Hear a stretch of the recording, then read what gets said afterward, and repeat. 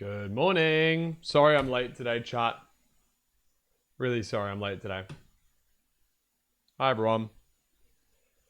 Sorry, I needed a little bit of a break. I went out to coffee. I went out to have a coffee with Lauren, which is really nice. Nice little catch up. I need a little bit of time. Oh, chat, what a weekend, man. What a weekend. What a great weekend. What a week. Bro, mid-offs was great. I hope you guys enjoyed it. Hello to everyone that's new. Hello to everyone that's old. Hello to everyone that's in between. Whether you're new to the community, always been in the community, whether this is your first stream, or whether this is like your million billionth stream.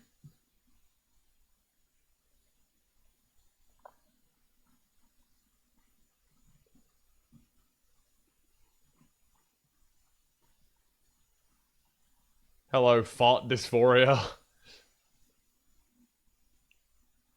Midos has got me in the mood to learn speedrunning. Well, that's what I wanted this stream to be about, really. I wanted this stream to be, like... I know that a lot of people still have a lot of questions and don't know everything about it. Oh, Swishy, thank you for the tier 1. Join for the mid-off, staying for the vibes. Thanks, Goat. This is a brick-friendly stream.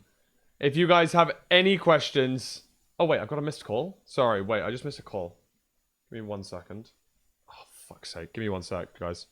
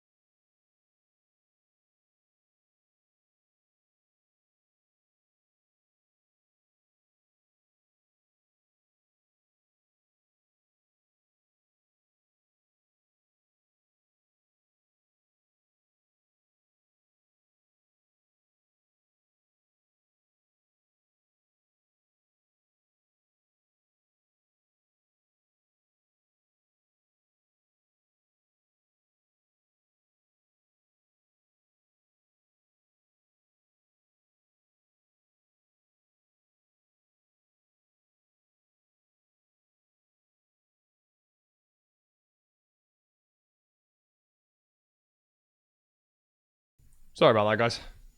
Had to run and help my mum with emails. Because doesn't matter. It's okay. Stupid questions, welcome means you can ask stupid questions. Yes. Yes. This is a brick-friendly stream. If you are new to speedrunning, if you are new to MCSR, you are welcome to ask any questions. Because I think now more than ever, it is the most important thing.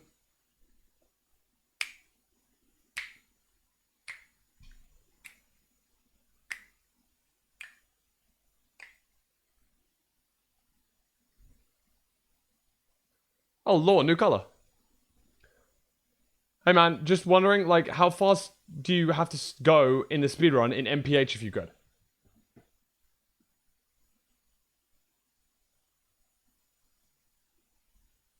Not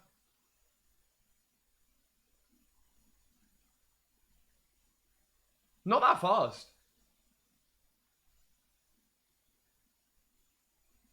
Assuming all movement methods, you're going probably max 100 blocks in the overworld in a minute and a half, let's say.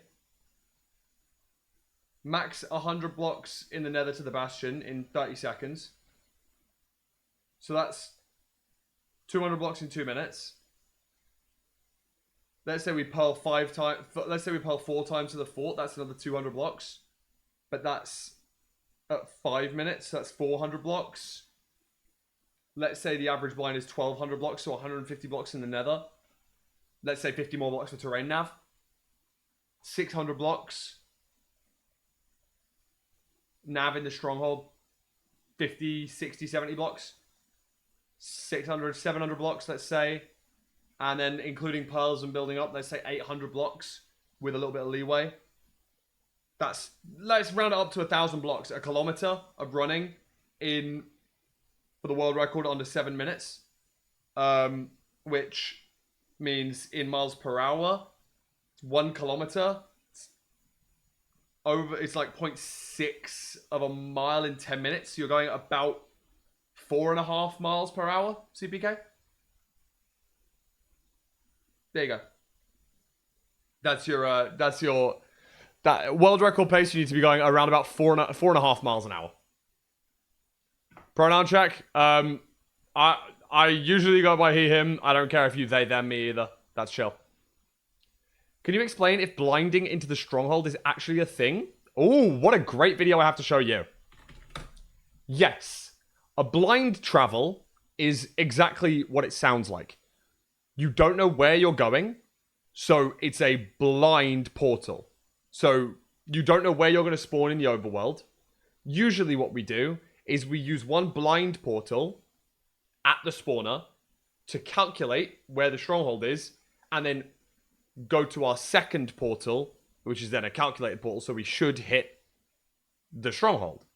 However, if we only have 10 obsidian, especially in random seeds, where you're not playing an opponent, it's actually for the speedrun leaderboards, when you're trying to go as fast as you can, and you play often more risky than you usually do, that means that no, you wouldn't always be using 2 portals MCC. If you don't get that if you don't get 20 obsidian. An example of blinding into the stronghold is this video of mine from 4 years ago when I hit my 1618. Hello everyone, and welcome. Let me show you when I leave the nether. Bear in mind, this was before speedrun IGT. This was before any mods. This was before any in-game mods. We used to use live split, bro.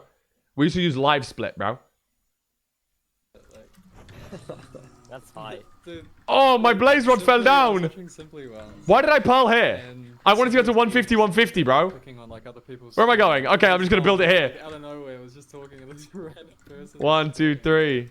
1, 2. Bro, I'm so locked in. But he was just randomly checking streams. Like 12, 19. Mom's in Blind. His mom was already there, dude. Oh my god, sub 3 village. Oh my god, I'm in the stronghold! I'm in the fucking stronghold!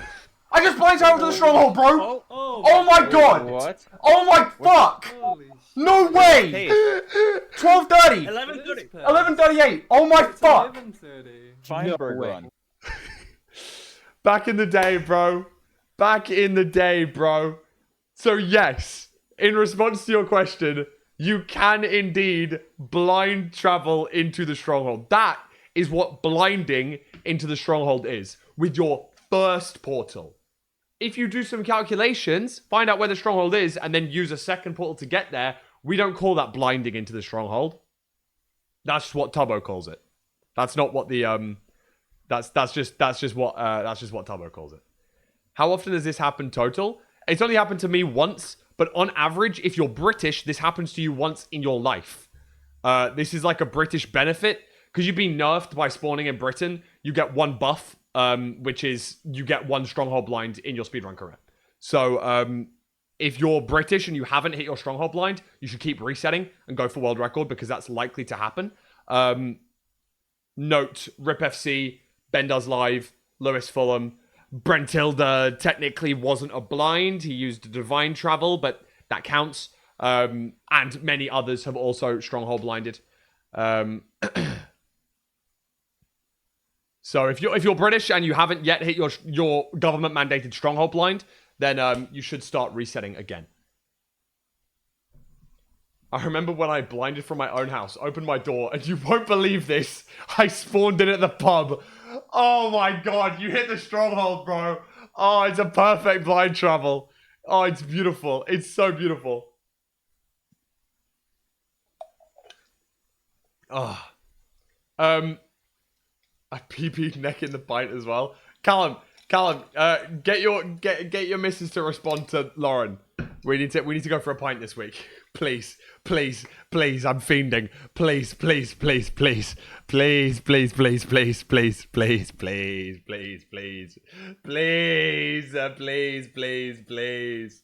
I'm fiending for a pint.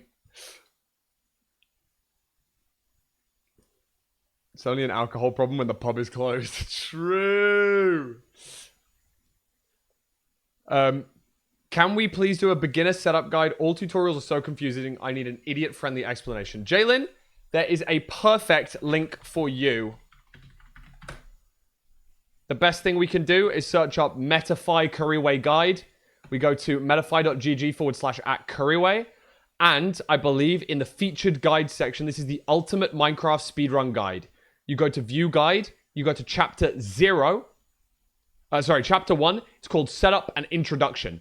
This has all of the links that are referenced in the video, all of the things you could possibly need. There's a video to how to set up Minecraft for speedrunning. Very comprehensive guide. Also, loads and loads of helpful videos. There's also like a text explanation that you can read through at the same time. Everything is here. I can link this as well in the chat if you guys would like to. Big thank you to Curryway, obviously, for doing all of this. As well, big thank you to Draconics, as Draconics was the one to mostly set up this like chapter of the guide. Did a lot of the explanation. Also did this main video here so that you can watch along with it. Really, really helpful if you're setting up Minecraft for the first time. This is how you set it up for verification on speedrun.com. Okay? This is a legal guide for setting up speedrun.com verified runs. If you're looking to just do Minecraft speedrunning ranked, what we did for mid-offs, for example, the best way you can go to is mcsrrank.com. That is right here. You're going to be sent to this page. You go to the download tab, and there's a video here by some really cool guy. I don't know who it is. I'm Lewis Fulham, and today he explains how to download MCSR ranked with all of the mods that you need. Also, there's a tutorial right here. However, I would still recommend reading through this, especially if you're going for the all-in pack. It's going to allow you to have more mods that is more customizable. For example, things like standard settings, which we're going to have somewhere down here. I'm sure that there's an explanation of standard settings. Here we go, standard settings. So, for example, if you're planning to download the all-in pack, which gives you everything, all of the mods that you could possibly need, then standard settings is going to have an explanation just here. Basically, do this, for example, if you're downloading MCSR Ranked, and then have a quick read through this setup guide. Helps out a lot. If you've got any problems, there's usually going to be an answer in here, but if you need to, join the Tech Help Discord channel with this Discord link and send your questions in there.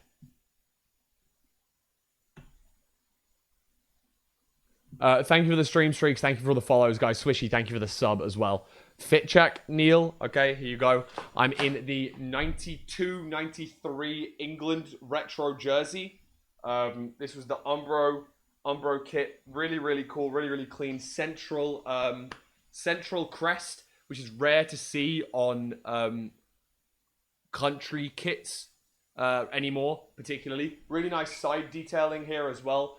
Cool button detail too. The button actually has the crest on as well, which is quite nice. I don't know if you guys can see that. Button has the 3 lions crest. Collared shirt as well. Collared football kits. I love. This is like my favorite one. Really nice little detailing on the back and on the arms as well. And then I'm in Nike tracksuit bottoms, just joggers and Asics running trainers. That's the fit. There you go. Any other questions, I'm welcome to answer. Today, there is no such thing as a brick question. You are allowed to ask anything, and I will try and answer if I see it and if I think it's worth answering, right? Like, don't feel embarrassed. Like, the main thing is I don't want you guys to feel embarrassed by what you're asking. Obviously, if you're going to ask stupid shit like, you know, how much money do you have in your bank account? Then I'm not going to answer it, but, you know. What do you think of Fulham's last goal by Raul Jimenez? Great goal. It was a stunner. I think that we haven't invested enough in this summer transfer window. We've invested 400,000 Great British pounds on one player. The lowest in the Premier League by a long way. I think we're the only club that haven't spent at least 10 million, and we haven't even spent 1. So, could be a problem. I think we're going to get Kevin from Shakhtar Donetsk, though, which could be good. Hello, I can't find Bastion like ever. My E count never spikes. It sucks. And when it does, I still can't find it. So, something in the newer versions, if you're playing on 1.21, that does happen sometimes. Sadly, what you're going to have to do is pie chart search for Piglin Brutes. If you're on 1.16.1, I would recommend downloading the speedrunning sodium fork, which is usually involved in any of these. You can download, that will be in this normal pack. If you need to as well, you can go to this link on the Metafy guide, download ModCheck, and make sure ModCheck basically is a one-click install. You then click a button on ModCheck, it checks to see which mods you have, and it downloads the ones you're missing. It keeps everything up to date, and it updates with the newest version of each mod, so that it's a perfect, you know, if something's crashing, for example, let's say your Minecraft doesn't launch, always a good idea to check that. And then once you have the speedrunning sodium, make sure your entity distance is at 500%, your entity culling is off, and your render distance is high enough. Those are the 3 things. I watched mid-offs. It was so fun. Thank you, Sonny. I'm glad you loved it. I have a subjective question. What mindset should I be going into this LCQ? Oh, Luma, you're in LCQ. Of course you are. For big tournaments, I usually go in... Oh, you're good, Finance. No problems. For big tournaments in the past, I've always gone in to try not to worry. The biggest tournament I think I've ever played in is one with CPK in person at TwitchCon Amsterdam. We played in a Twitch Rivals called Ultimate Challenge, where there was one part on day 1. We had to qualify for day 2. And the top 4 teams out of 16 qualified. So, whopper that one. Yeah, true. It was a whopper. The top 4 teams qualified out of 16. And the little things that I did to prepare for that really helped. So, small preparation can be a huge advantage. But also, make sure you do the simple things. Because day 2, for example, day 1 we ended up qualifying for the second day, meaning we made like we ended up finishing in like the top 3 or top 4, which was awesome. Like overall, we qualified for the next day and then finished top 4 beyond that, which was amazing. It was literally probably the best Twitch Rivals I've ever done. And from there, we problem is after day 1, when we qualified, I went out and celebrated, got really fucking drunk, don't remember the rest of the night, got back home, had half a pot noodle, woke up at 10:30, and I had to have the meeting for the Twitch Rivals at 11:30. My phone was out of charge. My lights in the hotel room were still on. I'm wearing the clothes that I had on yesterday, and I feel sick. Don't do that. That's my recommendation. For everything else, mindset stuff, I'm not going to be the best help with, but make sure your actual health and your mental is going to be good for the day. So I'm saying sleep on time, eat well, exercise the day before, make sure you rest, make sure you feel set up, make sure your mouse is charged so you're not playing wired, make sure everything's set up the night before, double check all your mods are done, double check everything. So there's no worries going into the day of like, oh my god, my ranked instance won't launch. What the fuck's going wrong? Why is my Ninja Brain bot not updated? Just like these sort of things, just try and make sure all of that stuff done the night before.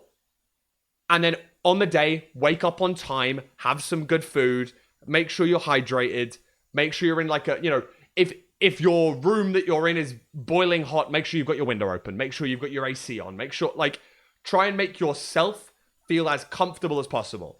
Because I know in the second day of my Twitch Rivals, I fucked that. Because I went there, I was hungover, and on the 3rd round, you might even be able to see it on one of these very, very old videos on the VODs. But after one of our games, I was so focused, I locked in. I locked in really hard.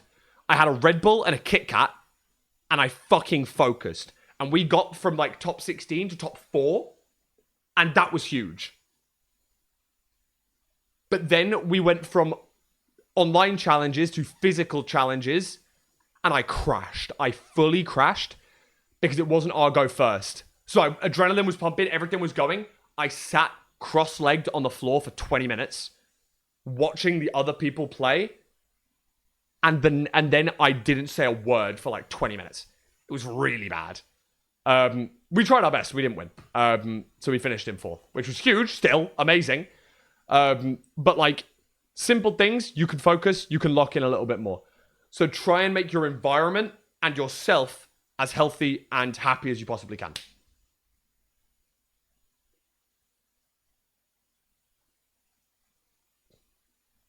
Yeah. Like Andronica said, go for a walk, try and exercise a little bit, try and like make sure you're healthy so that you're going into it with a good mindset. Even if you then lose, you can't think back and go, bro, if my fucking mouse was charged, then... Or you can't go like, my fucking Ninja Brain bot wasn't open, or my jingle wasn't open, I wasn't prepared, prepare for the best. Just prepare as best as you can. That's all I would say. Sunny, yes, I wanted to go through that. Okay, zooming into the eye. Right. I'll have to get paint out for this.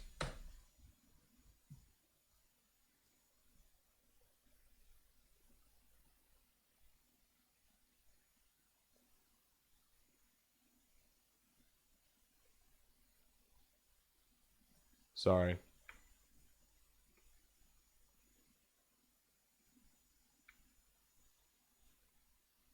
I'm creating things, bro. I'm creating things.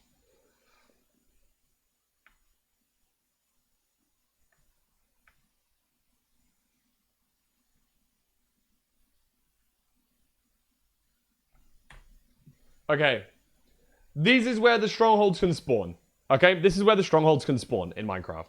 This is, at the very middle, we've got 0, 0.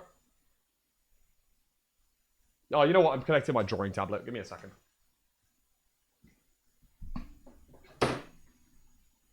I feel like I'll need it today more than ever, so...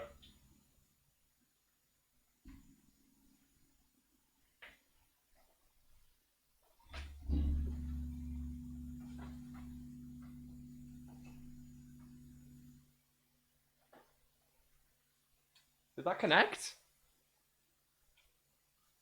No. The hell?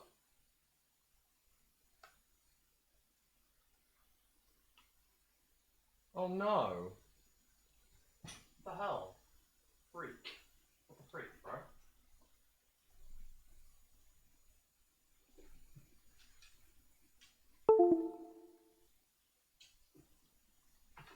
Why is it not connecting? What the hell? What the helly? What the hell? What the helly? What the actual helly? Please connect. Please work. Okay. Sorry guys for the ding ding dings. Ugh.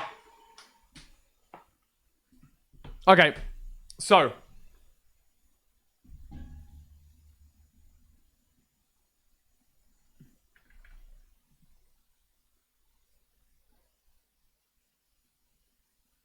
Perfect, this'll do. Pretty much, we know that the strongholds will spawn in the first ring between a distance of, like, I can't even remember. It's like 1,200 to like 2,600 blocks away from 0, okay? Something like this. This means, basically, no matter where we throw an eye, we could blind out here. And if we know that our eye goes in this exact direction, it crosses a certain number of chunks where the stronghold can spawn. Right? This is probably in the region of, I don't know, it's probably going to cross over like 600 possible chunks. Right? So already we've whittled it down from a number of, you know, however many chunks are in this ring here, down to a minimum of 600. Okay? Something magical happens when the eyeball goes into a chunk. In versions before 1.19, the eyeball always points to, it always points to 8 in the chunk. So, if a chunk looks like this is what a chunk looks like. It's 16 blocks wide. 16 blocks wide. Basically, it points to pretty much smack bang in the middle of a chunk. So, if we know that the eye crosses the chunk, or the angle of the eye, let's say, is like this, right? Let's say the angle of the eye is like this. And it crosses the chunk there. That means it doesn't cross over the 8 point. Therefore, Ninja Brain Bot excludes this chunk. It can't be this chunk. Meaning that this number of 600 already is whittled down to something along the lines of 4. Because it only crosses 8 at exactly... it only crosses over the 8 point of a chunk in maybe about 4 chunks. Bear in mind, all of these are lined up. But it really depends on how accurately you measure that eye. So if you're measuring the eye pixel perfect, because you've zoomed in crazy amounts, so you know it's exactly going at, you know that this angle here is exactly 46.329 degrees, it can do the trigonometry, and it crosses over only one chunk. Okay? However, if we're doing it like some of the runners did in mid-offs, where they only zoomed in a little bit, we only know that the angle is probably around 46.3.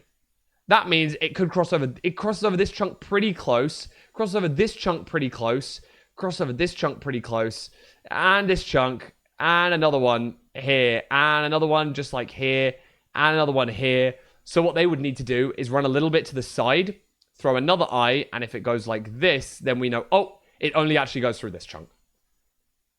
Does that make sense? Hopefully I explained a little bit.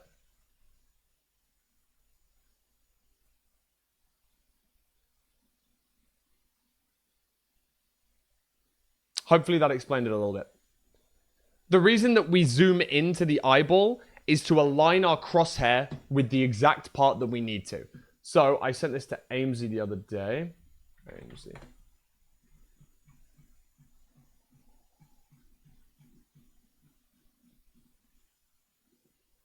We want our crosshair to line up with this part of the eyeball. And the more accurate we can be by zooming in more to the eye, the better this angle measurement is going to be, meaning that we can dictate exactly where it crosses over 8. Because if our eyeball crosses over coordinates 87.92, that won't be it. If it crosses over 7.96, 7.92, that can't be it. 8.04, 7.98, that can't be it. It's going to be 8.00, 8.00. Oh, there we go. We found the one. So Ninja Brain Bot is able to accurately dictate with 100% certainty that it's going to be in this chunk. But only if you're measuring your eye absolutely perfectly. Because the difference between an angle of 46.329 and 46.328, suddenly this changes to 8.09, 8.09, and it was actually this one that goes to 8.0, 8.0. So, small changes can make all the difference. That's why measuring takes such pixel perfect precision. And that's how we can do it with just one eyeball. Otherwise, with two eyes, basically what we're doing is we're drawing a massive triangle. That's it, really. All we're doing is we're throwing one eyeball here. We run a little bit to the side. We throw another one. We throw an eye, it goes that way. We throw an eye, it goes this way. We find out where it crosses. Here's where the stronghold is. But by doing it with one eyeball, all we're doing is measuring exactly where it crosses over 8.8. There you go. Hope that was a good enough explanation.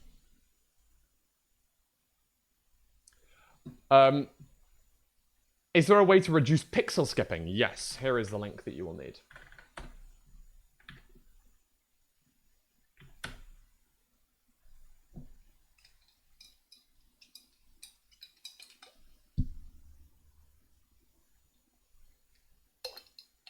Have you got any tips for a new Diamond 1 player? Don't die. Most Diamond 1 players still die too much. It's probably my recommendation. My question is, how the fuck do Piglin aggro mechanics work? Okay, I'll give you a quick rundown because I don't know perfectly. I believe there's 3 levels of Piglin aggro. When they see you do something you don't like, when you punch, when you punch a different pig, and when you punch that pig. When they see you do something they don't like, they can lose aggro through walls, and if they lose eye of sight. If you punch a pig, then other piglins don't lose aggro through loss of line of sight. And then if you do punch a pig, they don't lose aggro on you for like 30 seconds. It's weird. It's very weird. I don't fully understand the mechanics of it either. It's very peculiar. It's possible to speedrun on Bedrock? Yes. Yeah. Bedrock speedrunning is technically faster than Java speedrunning. Because if I pull back up this image, you can spawn out here. Your world spawn can be like here. Oh, shit. Your world spawn can be here. Which is weird as fuck. But in Bedrock, you can basically have an offset spawn from 0, all the way out here. And also, for some reason, villages are more likely to spawn above the stronghold. So, like, the strategy for Bedrock speedrunning is spawn at least 1,000 blocks away, find a village, dig down, hope for the best. And if you hit the stronghold, then you enter the nether in the portal room. Which is just insane. How many pints is too many pints? There definitely is a limit. My maximum limit is whatever the fuck I drank on Super Bowl night -1. Yeah.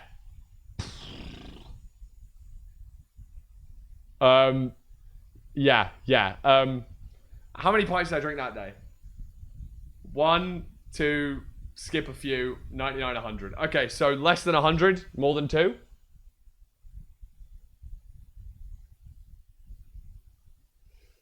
Following the instructions to calibrate Ninja Brain Bot, I got nervous when it told me to change my DPI to 2500 with my mouse speed of 2. Any negative to these settings when I'm not speedrunning? Not for Minecraft, and also very unlikely for anything else that you're going to find, because by changing your Windows sense, that's effectively changing your DPI as well. So you're kind of... It's like having a volume setting on your Spotify and a volume setting on your headphones, like on the actual physical headphones. It's like going... increasing the volume on your headphones, but then really reducing the Spotify, or the other way around. So it should balance out, and it ends up being the same. Wow, actually, W analogy, hello? That was actually kind of goated. Wait.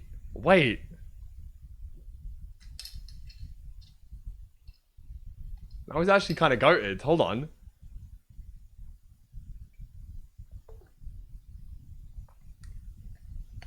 I just arrived, so if you answered this already... No, I haven't answered that. I don't understand the zero cycle thing. What does that even mean, man? Okay. So, pretty much, zero cycling is...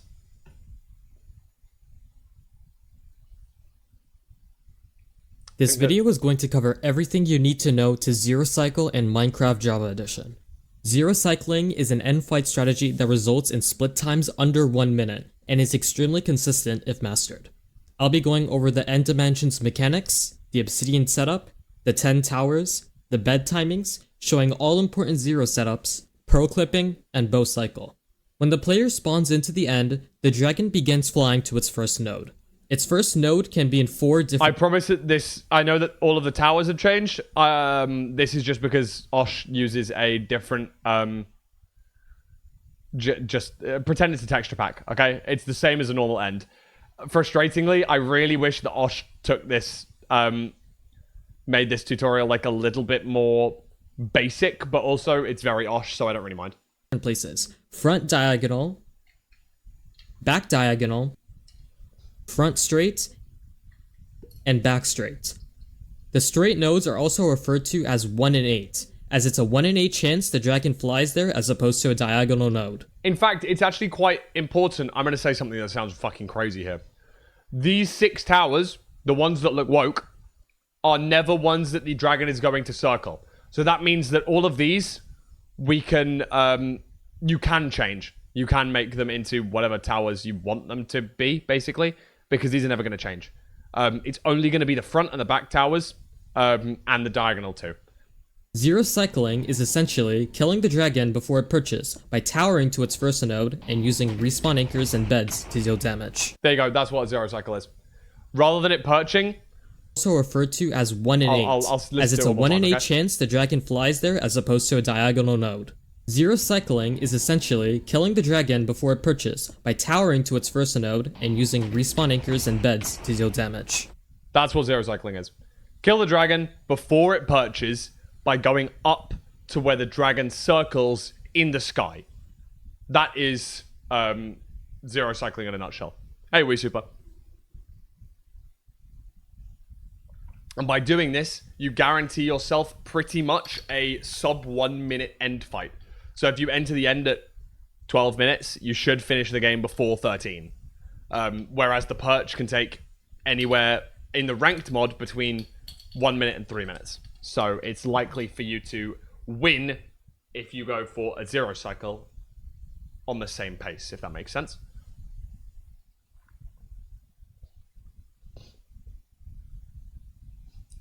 I've got a stupid question.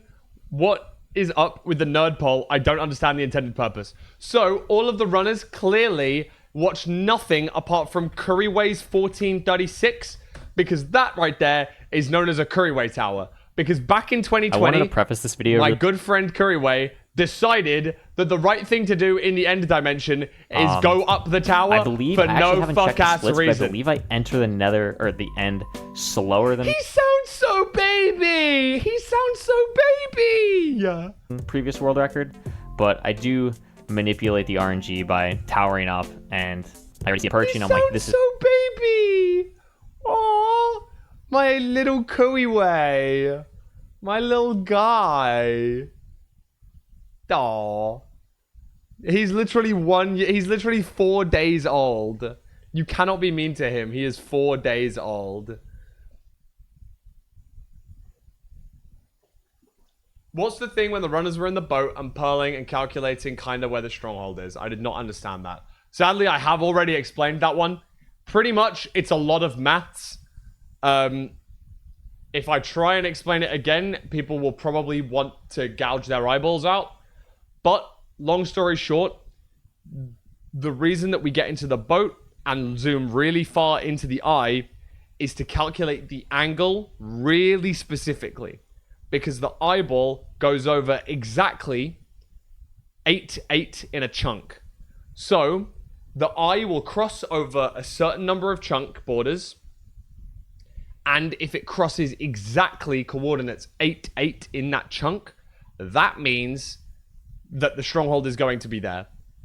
By making sure that our angle is absolutely perfect, that means that we can determine only one chunk where it crosses over the exact 8, 8 coordinates, not a pixel wrong. And that's what the calculator does, basically. It's a lot of complex maths that goes on behind the scenes in that calculator. Big shout outs to Ninja Brain. And if you are good at maths and you care a lot about maths, I would recommend going and reading all of the workflows. There is a PDF right here that explains basically everything that you are going to need to know with a lot of maths. It's only 5 pages long, to be fair. But the main thing that this does, especially with the one eye strategy, is it incorporates the 8-8 strat, which means that the eyeball will always go over exactly 8-8 in the chunk, the very middle of the chunk, when it's above the stronghold. Hope that makes sense. Why do people reverse their hotbars? Yeah, what Burnt Toast said. Hotbars is mostly a preference thing. I think hotbars are correct. Like that, we've solved post-Bastion hotbars effectively. However, ordering is still basically just dependent on what you feel comfortable with. Can you explain 8 and 9s? Yeah, I can't. Sorry. Out of curiosity, can you use Ninja Brain Bot without changing mouse DPI? Yeah, definitely. The only reason you need to change mouse DPI is if you're going for an exactly one eye throw. If you're doing a 2 eye throw, you don't have to change any settings at all. If you're doing 2 eyes, basically all it's doing is drawing a big triangle. So, yes, 100%. You do not have to change any DPI as long as you're using 2 eyeballs. Stronghold ring has a thickness? Yes. Yes. The perfect...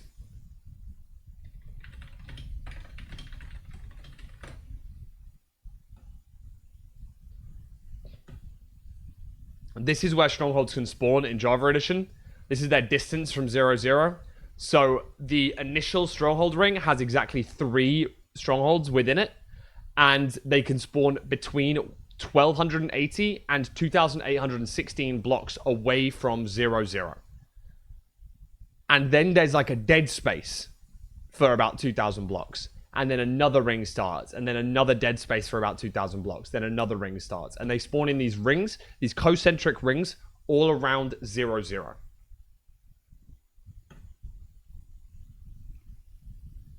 Confident I can get to an 11xx average next season, but for 10xx average, should I focus on mechanics or other parts of runs? It's probably above my pay grade, mate. Sorry, Tenacity. You'd probably have to ask someone that's going to be close to a 12-minute average himself. Like, I think I'm probably 13 flat average at this point. I'm probably not going to be the best. How much do wide and tall macros actually help? Would you need to have at least one tall macro for... you need to have at least a tall macro to eye measure with one eye, which helps a lot. Tall macro, I personally don't use that much. The only reason it really helps is within ranked, because in... real runs, we remove the time that it takes to pause. So if you're pausing to change settings, and assuming that you're pausing for less than 5 seconds, then that time is removed from your final run. That means that changing your field of view from thin to wide doesn't actually impact the time of the run. But in MCSR ranked, we use real time only. So if you're spending time in the menus, changing settings, that means that you're losing time in the run. So that's why macros are really helpful in the ranked where you're playing against another player. What is most percent? I heard the term being thrown around and I'm confused. So most percent is a tournament whereby it's run by Oliver MCSR. I believe that the grand finals are going to be very soon. I think maybe even this week. Most percent is a really fun tournament structure. 12th. Oh my god, tomorrow. Most Percent is a really fun tournament whereby the whole intention of the run is to get as many achievements as you can within a set period of time. You start with 6 players. Every 12 minutes, the person with the least number of advancements get kicked off. And that continues for, I think, an hour or like 58 minutes or 52 minutes or something. 48 minutes. I can't exactly remember. But for a certain number of time, and the number of participants whittles down. And the longer you survive, the more points you get. That's it.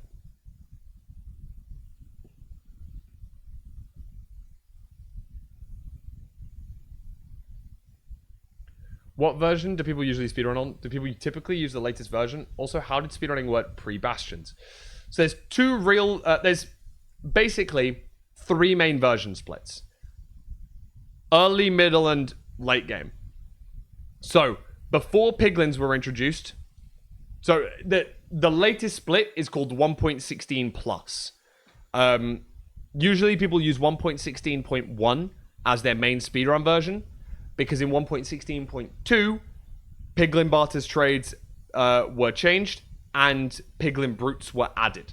That means that everything's slower, kind of stinks. So we use 1.16.1, fastest version by far. Before that, technically there's kind of 4 splits, but I'm not going to count the 4th split. Before that, we had 1.14 and 1.15. There was a big change in this version because of villagers. Villager trading is the main strategy in these 2 categories. In the past, 1.14 was faster. Recently, 1.15 became faster because of ocean strats. But long story short, that main strategy to get your ender pearls is to trade with a cleric villager, rank him all the way up to the max, and then trade for ender pearls, and then use those ender pearls to enter the end. I think the world record in that is probably like 13, 14 minutes at the moment. I can't exactly remember who's got it. I know Ontricus used to dominate that leaderboard. And then before that, we have pre 1.12, I want to say. I can't even remember. But the main strategy for that tactic is villagers are kind of shit. Everything is kind of shit. You basically make a tower up to the top of the world in a desert. Jump down so you're on half a heart. Dig down as like 36 blocks or something stupid like that. Look at Endermen in the desert. Aggro them to you. They fall in the hole and die. And then you die. You spawn back at the top of the tower with a bed. So then all the mobs respawn. You drop down. Look at the Endermen. They rush at you. Fall down the hole. Repeat and repeat and repeat until you've killed like 20 Endermen in a nighttime cycle. Get all your pearls. Go to the stronghold. It's slow, but it's also like the most... probably like the most raw form of Minecraft. Holy shit, Block Wars announcement. Oh, was it announced? Lol. Lol. Lol. Lol. Lol. Lol. Lol. Lol.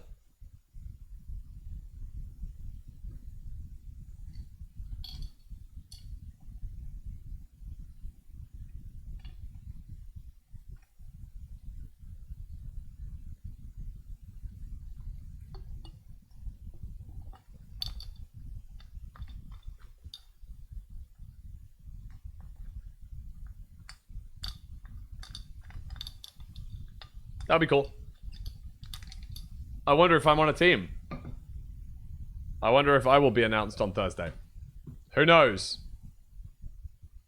I'm not allowed to tell you if I'm in or out. So, I'm not allowed to tell you if I'm in or out. So I have to make sure you guys don't know.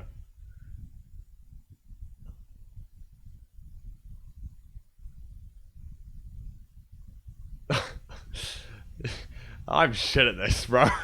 I'm really shit at this. I'm really fucking shit at this, bro. Okay. Yeah. Any more stupid questions, guys? Any more stupid questions?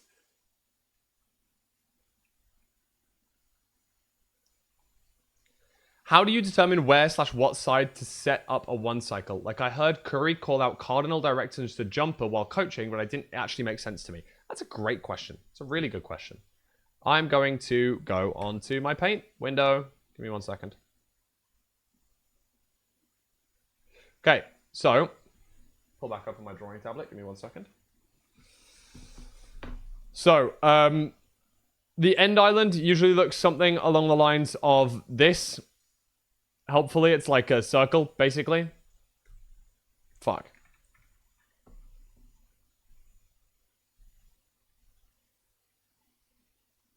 Just gonna make a fat circle here.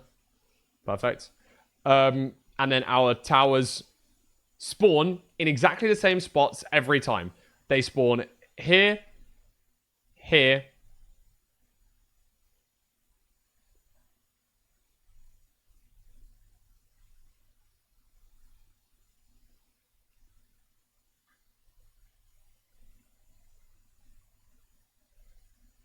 there are exactly 10 towers. I counted that right. 1, 2, 3, 4, 5, 6, 7, 8, 9, 10. Perfect.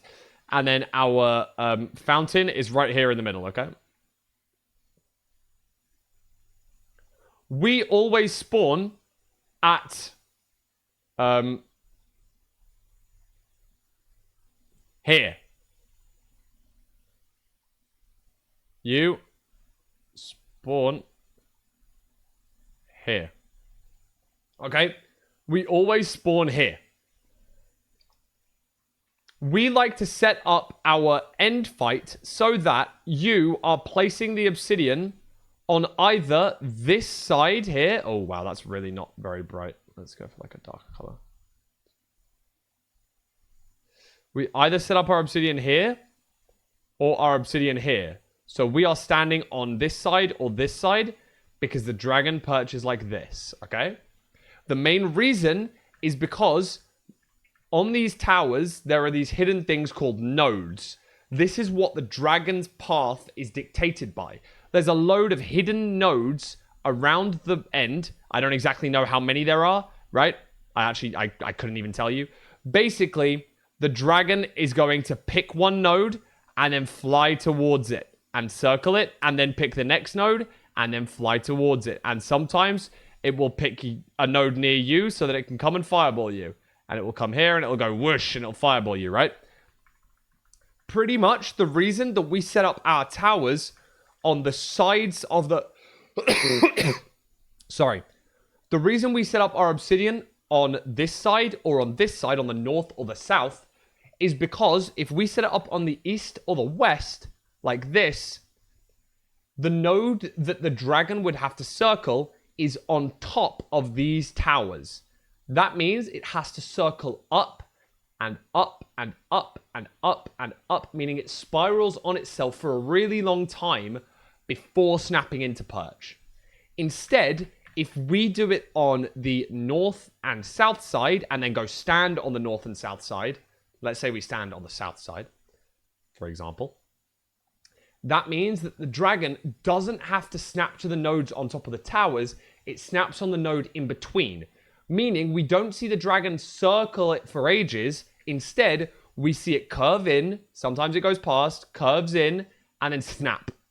And that snap is much faster than the alternative of going around the tower, circle, circle, circle, and then it goes in. This basically saves us probably 15, 20 seconds on every end fight by snapping the perch in this direction rather than in this direction. I wonder if I can show you an example of that.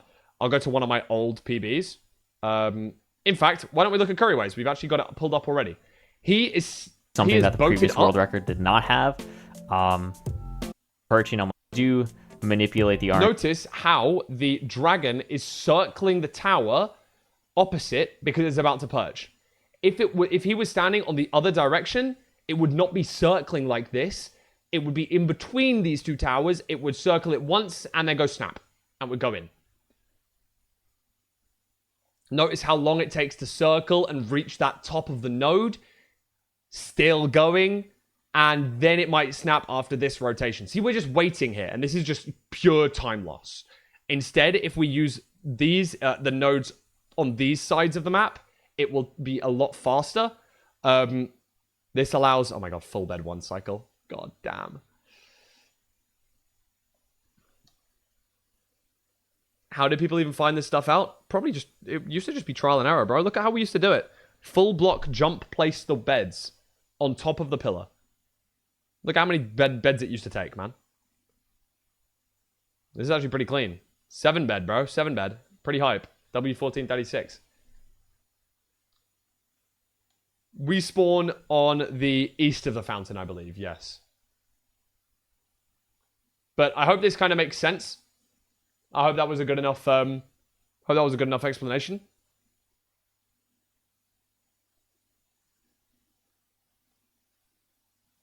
How do you even know which side of the fountain to stand on? Pretty much, depending on the orientation of the dragon when it snaps in. If it snaps this way, I have to think about this. It depends on the angle of the dragon. If it's coming in like this, I think that means that it circles this way. And if it comes in this way, it's going to circle back this way. I'm not sure. It might not be correct. Basically, depending on the angle here, if it's obtuse or acute, it will dictate which way the dragon spins.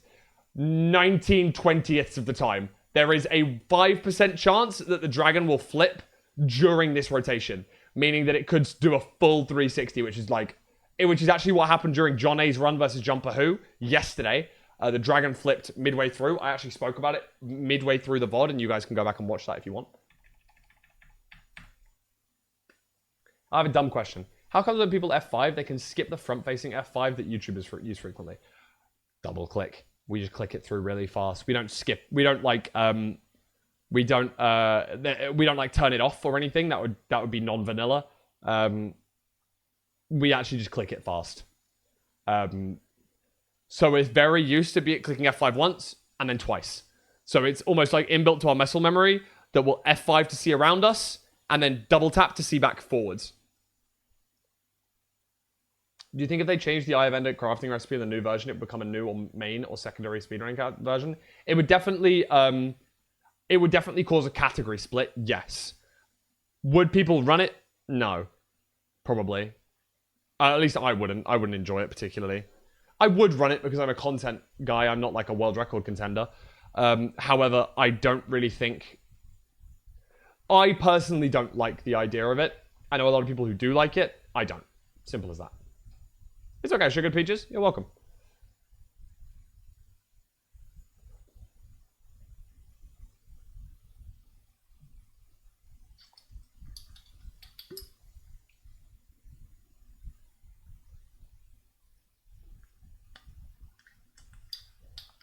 It'd be harder.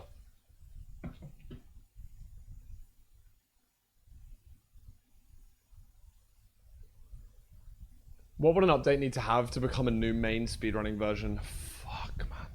It's a great question. It's a really good question. I honestly couldn't tell you.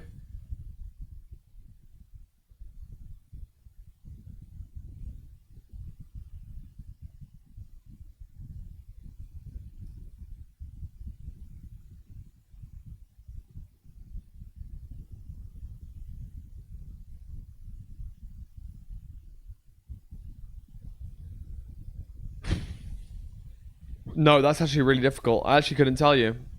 I actually don't know if we're ever going to have a new main speedrunning version. Then again, probably people thought that before 1.16, right? A complete fundamental overhaul in the nether was what happened in 1.16. Maybe something like a complete overhaul in stronghold rings? Maybe?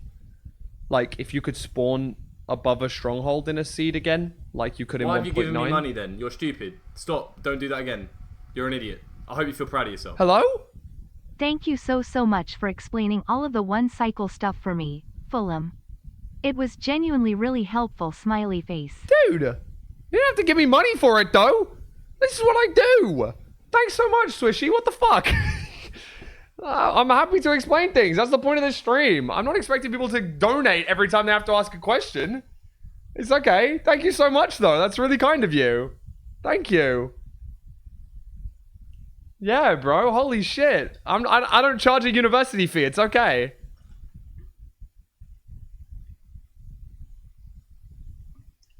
Thank you so much, though. That helps keep the lights on. That's W. Thank you so much. Oh, K4. Hi Fulham, I am new to Minecraft speedrunning. How do fossils and animals etc. give the location of the stronghold? K4, what a beautiful question. Welcome to Minecraft speedrunning, K4. Also, guys, K4 hit top 100 in ranked this week. It's not a resurgence. Unk just wanted to prove that he still got it, which is beautiful to see. It's a beautiful thing. Thanks very much for the bits, K4. It's a beautiful, beautiful strategy, and I will explain it to those that are new to Minecraft speedrunning, because honestly, it was probably one of the most fever dream parts of 1.16 speedrunning when we figured out that structures and things that happened in the 0-0 chunk of the world, we were able to dictate other things about the seed directly from that. Obviously, in the new versions, RNG seeds are linked. So things like if you break, in the very newest version, if you break a dead bush and you get 2 sticks, then the first blaze rod, or the first blaze you kill always drops a rod. I believe that's true. Fact check me on that. I'm not 100% sure, but those things are linked. The RNG seeds between different things are linked in the newest versions. But in 1.16, generation was linked together with different things. And one of the main things that we used is fossils within the nether if they spawned in 0-0.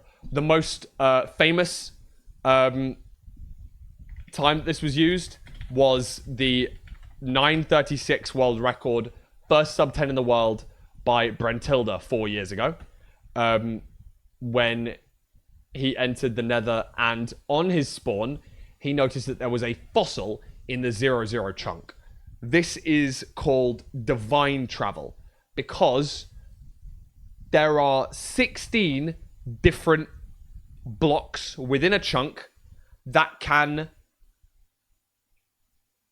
Okay, I'm going to explain this really, really as like high level as possible so that it doesn't confuse everyone. Each chunk is 16 by 16 blocks. Every fossil has an origin block, meaning that if you did like slash summon fossil or whatever the hell the slash place fossil structure or whatever the fuck it's called, there is an origin block for each of those different fossil types. The world effectively is then, the stronghold ring that we explained earlier, is effectively split up into 16 slices, like a pie, or like a pizza. We split the stronghold ring into 16 pie slices, and depending on which block the origin of the fossil is on in 0-0, the stronghold will spawn in one of those 16 slices. So you have a much, much higher chance of blind traveling out of the nether near a stronghold. This was before calculators were legal. And if you see here, Brentilda notices that he has a fossil in his 0-0 chunk. He goes over to it after pausing for a very long time, works out which block it is that, works out which block it is that has the divine coordinates, which block the origin of the fossil is within the 0-0 chunk of the nether. Notice, we are at chunk 0-0 up here. And by the time we are ready and in the fortress, ready to blind travel, he goes to some specific coordinates, only builds one portal, and as I explained earlier, all British people are government mandated, allowed one stronghold blind in their lifetime, and Brentilda used his to his maximum benefit.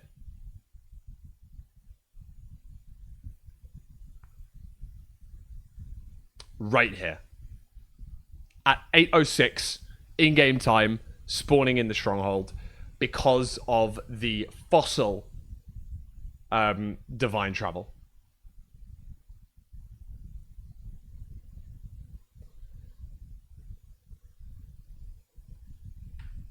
And there's the portal room. And this was the world's first sub 10 minute Minecraft random seed speedrun.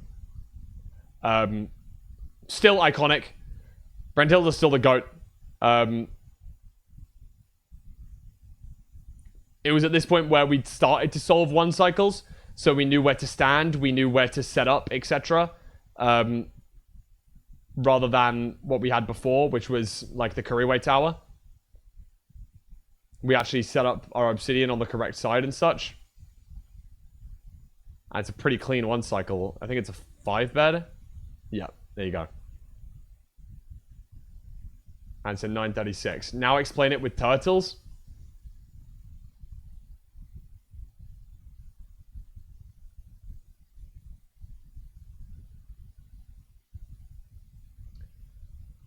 See how I explained it with fossils? Basically, imagine the same shit, but the number of turtles in your overworld 0-0 chunk also splits up the Stronghold Ring pizza into 4 slices. If there is 1, 2, 3, or 4 turtles in your 0-0 chunk, it will be in 4 different, slightly bigger pizza slices. Gets too dank at that point. I think it's the same shit with like donkeys as well, and like tree height and things like that. There's so many different things, but I think that Matthew Boland explained it. Matthew Boland, Divine Travel. Yeah, here we go. Matthew, Divine Travel for speedrunning using animals and bones to predict the stronghold. This is a 50-minute video. Tundra animals, you know, it's all very confusing, but I would recommend, if you actually care about this, you would watch this video. And there was something along the lines of, because it's in the 0-0 chunk, it kind of doesn't encrypt the RNG. I don't, you know what? I don't fucking know. Watch the video. If you want to find out more about Divine Travel, just search up Divine Travel Matthew Boland. But from a very surface level overview, if there was a fossil, which is the most common thing that we use it for, in the 0-0 chunk of the nether, it would split the stronghold ring into 16 pizza slices, and we would know, depending on where the fossil spawned, which of those 16 pizza slices we would need to travel in to make our blind travel closer to the stronghold.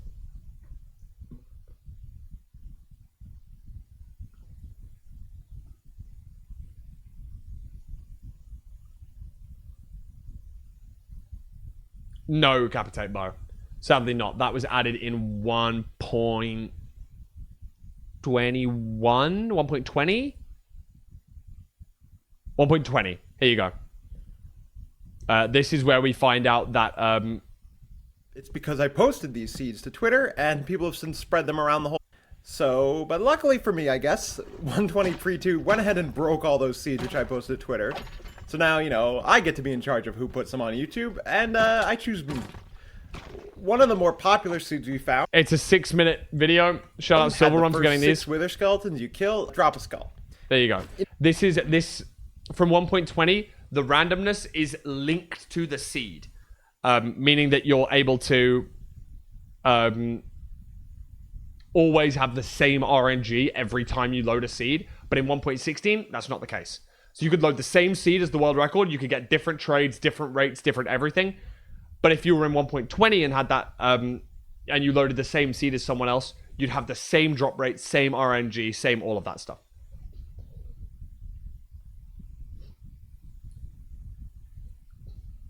Yeah, K4 used to name a lot of our strats because K4 used to be a very good strat finder.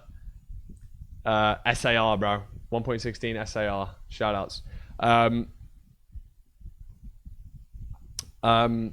Yeah. E-ray was not what K4 called it. We used to call it micro-lensing, which I still like the term of more than E-ray. But we, you know, we call it E-ray now because I guess it's like X-ray. How is it discovered that you needed to do that specific line on the ender eye to find the stronghold? Like, why doesn't it work on the right side? It's a great question, Pink Roses. Oh,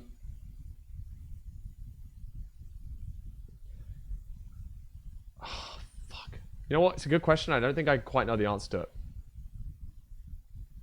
Oh, Ninja Brain named microlensing. Oh, there you go. Like, yeah, that's why I think it's quite cool. It just sounds fucking more cool than E-Ray. Oh, of course. Is it just because the crosshairs are not in the middle of the screen? I'm not sure. Last night I had the strangest dream.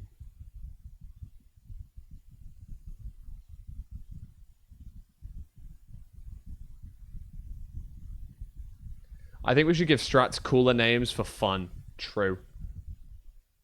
I like Donkey Kong. Donkey Kong's a really cool route name for that exact situation, because I can see it being like the Donkey Kong levels. Why the fuck did we call it Crack Smoker?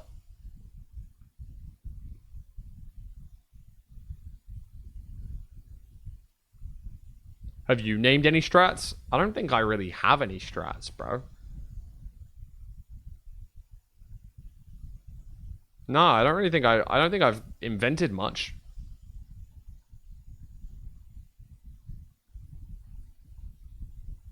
Skylor made the route and his Twitter handle is CrackSmoker12. Oh. So it's like Jason Root is actually named after a guy called Jason. How the fuck they find Zero Cycle? That's a T-Wag question. I gotta get on that. Yeah, what? I gotta become K4. I gotta take the K4 pipeline now.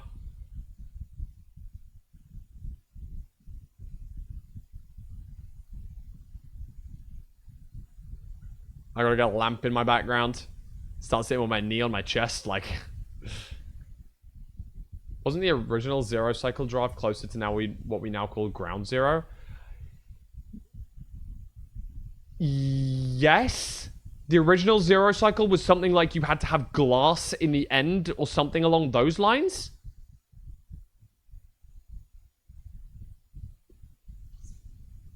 If I remember rightly.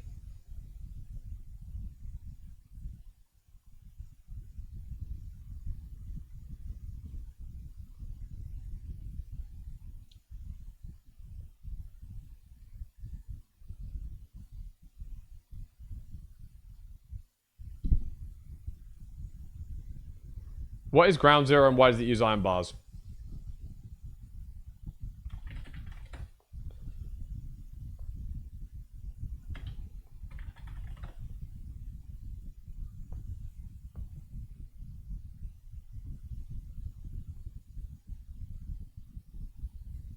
Right, let's find the original explanation.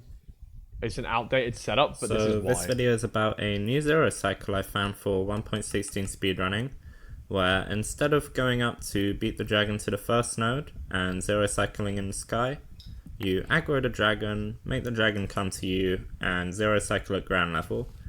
And here I am demonstrating it in an example run on a random seed, with a pretty typical RSG inventory. It's kind of disorganized, but typical with 9 beds though. So I'm purling to make my way to the fountain, and I start building the setup out of leaves and then 2 crying obsidian at the end. And once that's done, I shoot the crystal to aggro the dragon. It's after you shoot a crystal, the dragon will try and fireball you, and that is why we use a ground zero setup. Obviously now we use iron bars to prevent the dragon from having an easy line of sight of you. But the dragon effectively perches, not quite. It circles you and tries to find you, and you're allowed to then kind of zero cycle it. To ensure the dragon doesn't get line of sight of you, so that it doesn't fireball you. And normally I'd place leaves above my head just to be safe, but I forget to in this one. So this is the annoying part. You have to have exactly the right angle to place and explode the beds for this to work, which means you need a horizontal angle between 134.7 and 130. This is an exact setup scenario, but later beds can be slightly earlier. This is basically what happens here. Good damage and good enough knockback. but later beds can be slightly earlier for even more damage, but less knockback. There you go. That's the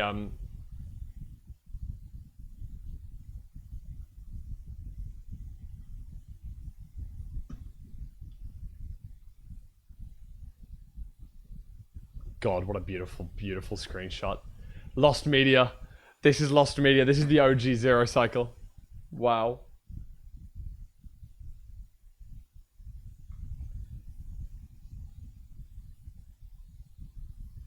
Cinema, bro.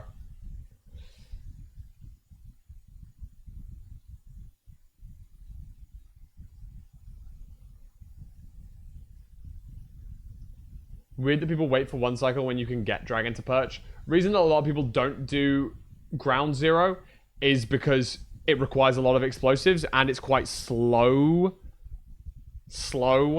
to actually end up killing the dragon. Ground Zero is slower than a one cycle instant perch, for example. So if you're setting up and playing for a personal best time, there's basically never a reason to do Ground Zero. And if you're playing ranked, the only real time that you're going to have to Ground Zero is if you're like buried end 062 back dragon 10 like on like 97 or something crazy like that. And at that point, it's like one in every 30 ends. And if it really comes down to a perch race, 1 in every 30 times, like people just don't set up for Ground Zero all the time. But at the very top level, people do still set up for it.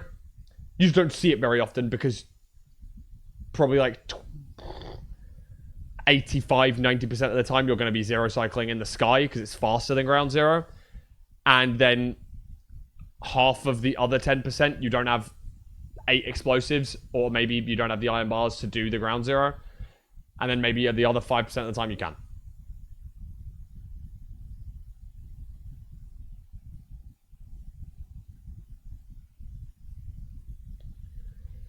Yeah, I remember that for like blindfolded runs, we used to set up a water source above the pillar, above the fountain at the middle, and it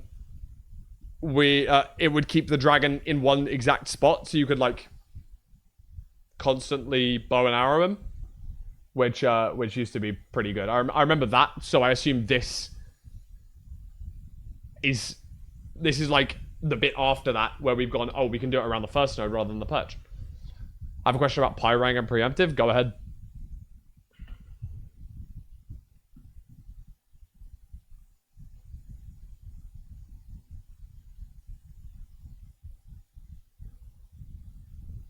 Was? Curry got a 1358 today? Brother. Wow. That's kind of aura. No reset sub 14.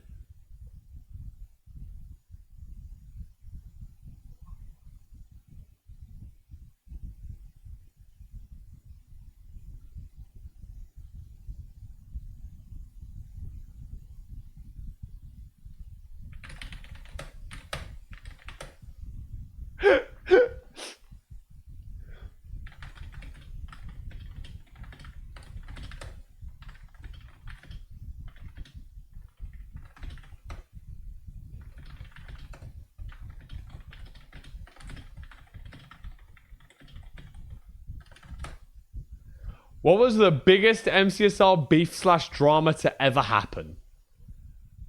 Is it going to be oh, it's just going to have to be Dream. Obviously it's Dream. Obviously it's just Dream cheating the runs. I think that takes the cake. I think that just has to be it. Close contenders, Floby, Minecravenger, Calculators, Antoine versus Feinberg. Not really close contender, but was quite funny. Thought I'd put that in there.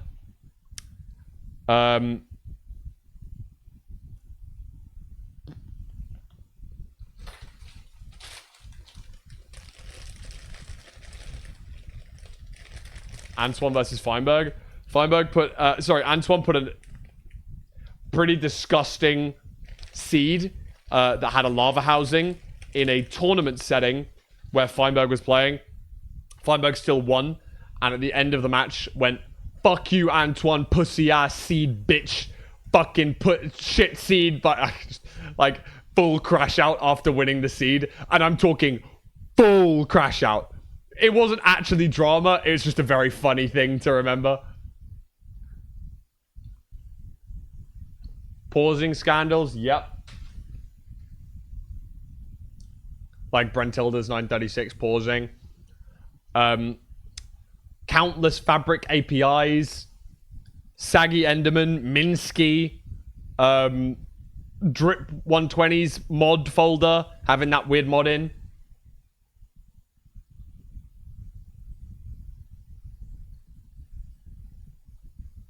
When's the next playoffs? End of August.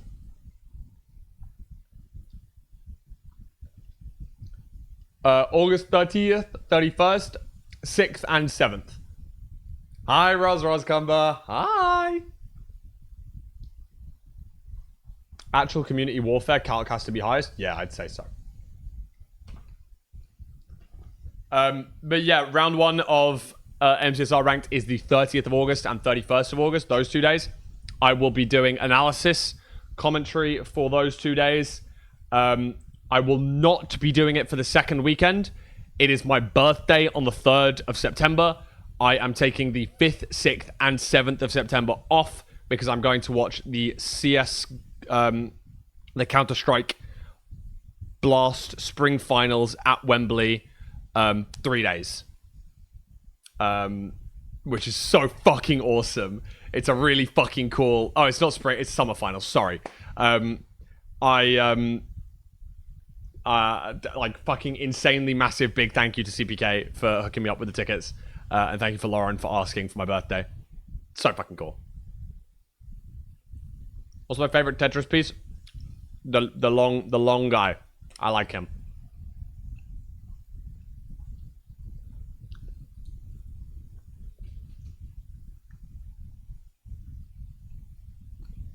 Can I ask a question, please? Yes, you can. You just did, you silly guy.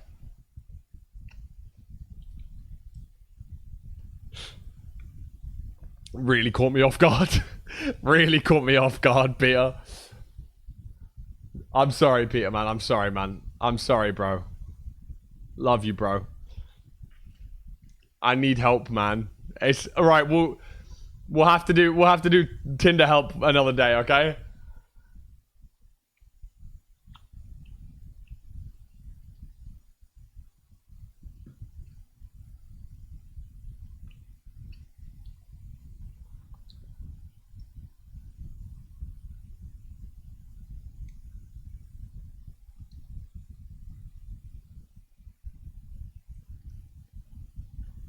Do you neo to the left or right? I jump on the right hand side and then curl back in left. I curve left. I'm on the right hand side of the block and I curve left. She's liking my letterboxd reviews but not replying to my messages. Have you double text yet?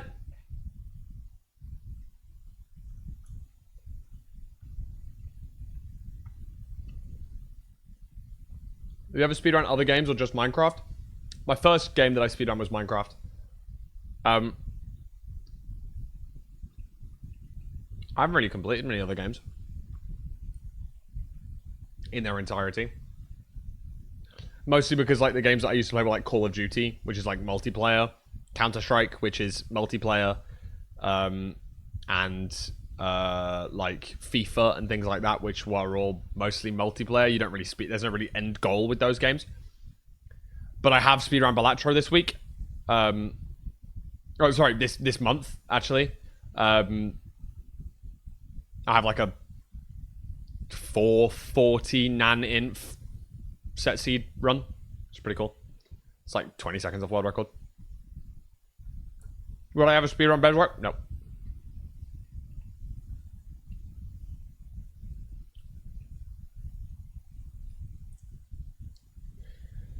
In RP, is it more correct to craft iron ingots in the overworld or bastion when you have 2 iron? I usually craft in the bastion. I don't know what's more correct. I can only really tell you what I do because, frankly, I'm not that good at Minecraft. So, when you're asking me questions of that high caliber, I'm probably not the perfect person to answer. But usually, I craft those in the bastion. But you know.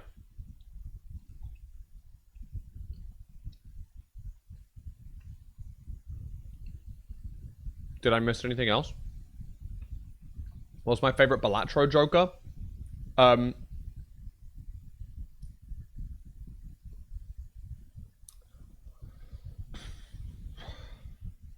Probably fucking like Perkio. Like, it's just cool. Or DNA. I really like DNA.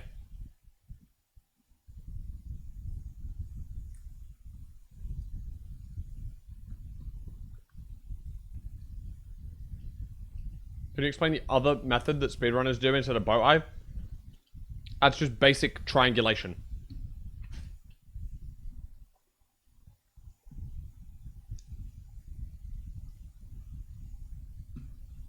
If you're not doing bow eye, that means you have to throw 2 eyes.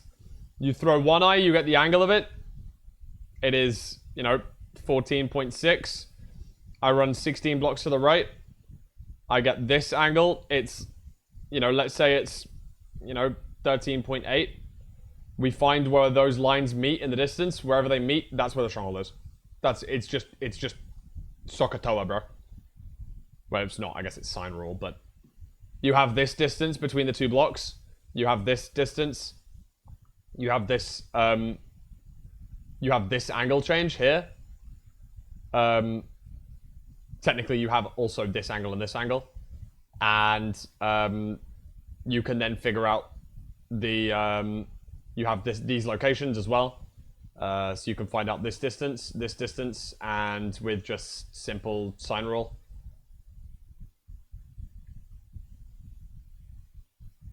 Loki does it without the boat on 1 eye.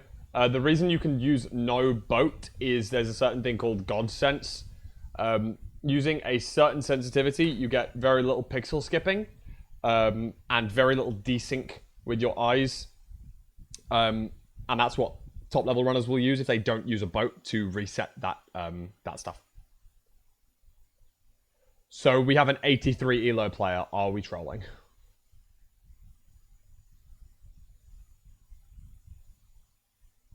Really?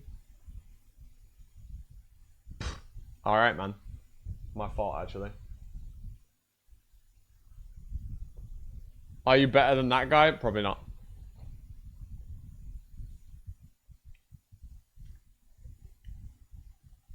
Capitate bow, I believe it can be in any chunk within the stronghold ring, yes.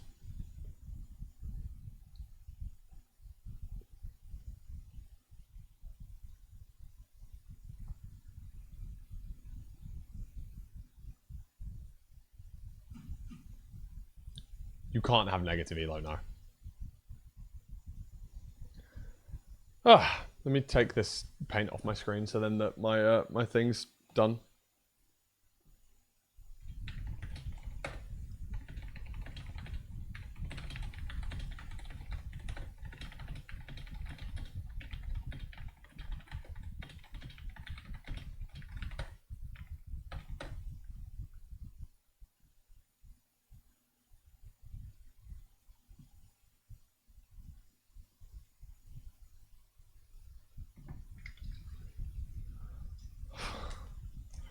What happens if your elo goes past an integer limit?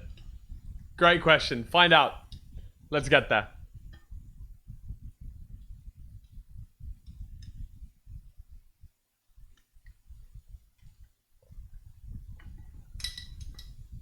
Why are we not on air, streamer? Is the light just fully broken now?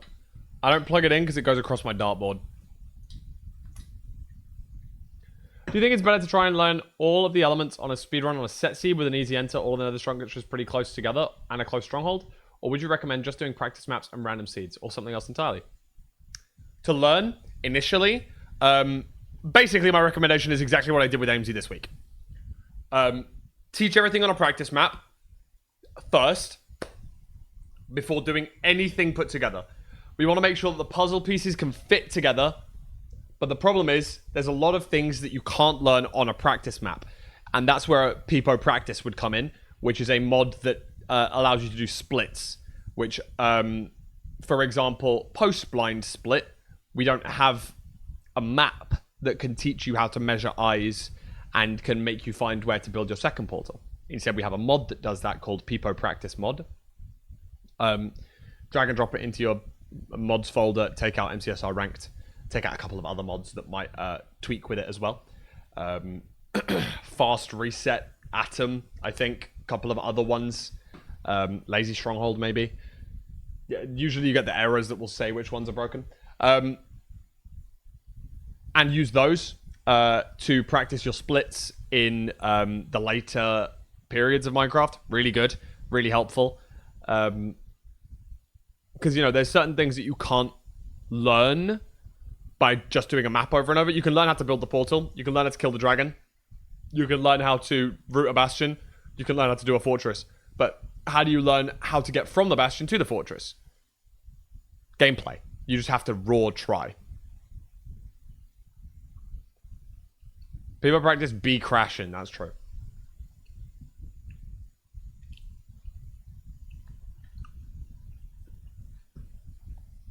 If it crashes, you might have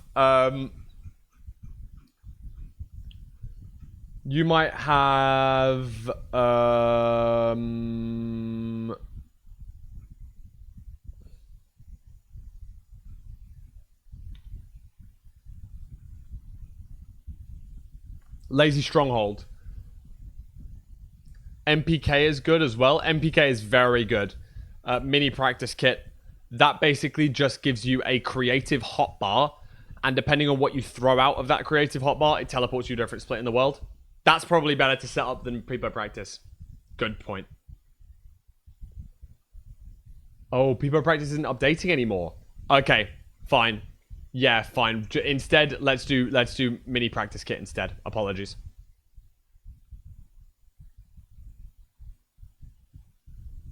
No, it's not a silly question. It's fine. Back in the day, we used to have things like Heat Shrink, which was a mod that manipulated the regions of Minecraft, the quadrants. So, obviously, in the first 400 blocks in the nether, there's effectively 4 squares where only one structure can spawn. Heat Shrink was a mod that used to shrink that quadrant down, meaning that, you know, let's say in the first 64 blocks, there had to be a structure in each quadrant. And then in the next 64 blocks, there's a new structure. Meaning, we were practicing so much better on these worlds because the Bastion and the Fortress are so close to each other, and the Bastion is always close to your spawn. But what you're learning really is how to enter the Bastion, then how to leave the Bastion. More than you are how to navigate to it, which is also useful. But yeah, it was a really good, easy practice map. Sorry, practice mod. Obviously, it's not being updated anymore because we have so many better methods. But that used to be a really cool one. Here you go. I actually still have the instance. 1.16.1 Nova World Heat Shrink. And these mods, called Nova World, basically means you spawn in the nether with a set of items. That's just all the mod does. Every time you make a new world, you spawn in the nether with a normal set of items, so you're not playing the overworld. And Heat Shrink halves the size of the nether regions. So you spawn 16 structures in the first 400 blocks, rather than just 4.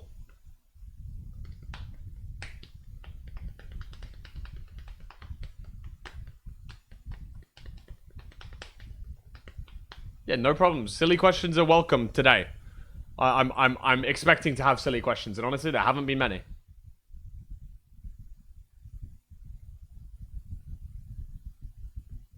Favorite category extension? Half. Probably. 0.5%. Tomorrow it's bot, bro.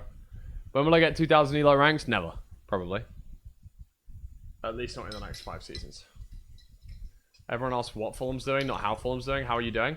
I've had a really good day today. Woke up a bit late. Woke up a bit tired. did some analysis of stream stuff, did some statistical analysis of things that have been going on stream recently. Basically, stats have been looking really up. Thank you guys for sticking around and sending chat messages.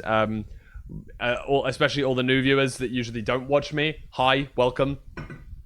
I'm usually live at 3 p.m. every day. You can join the Discord to get pings when I go live. If you don't want that, don't join. But we've had a lot of new viewers from mid-offs. Welcome. We will be speedrunning again tomorrow, but honestly, I didn't want to look at Minecraft again today. I'm going to be so real. I've been staring at Minecraft for too long over the last, 7 days. So I kind of just wanted to go, you know what? I'm just going to chat to camera today. I think that would be a little bit more enjoyable, I'm not going to lie.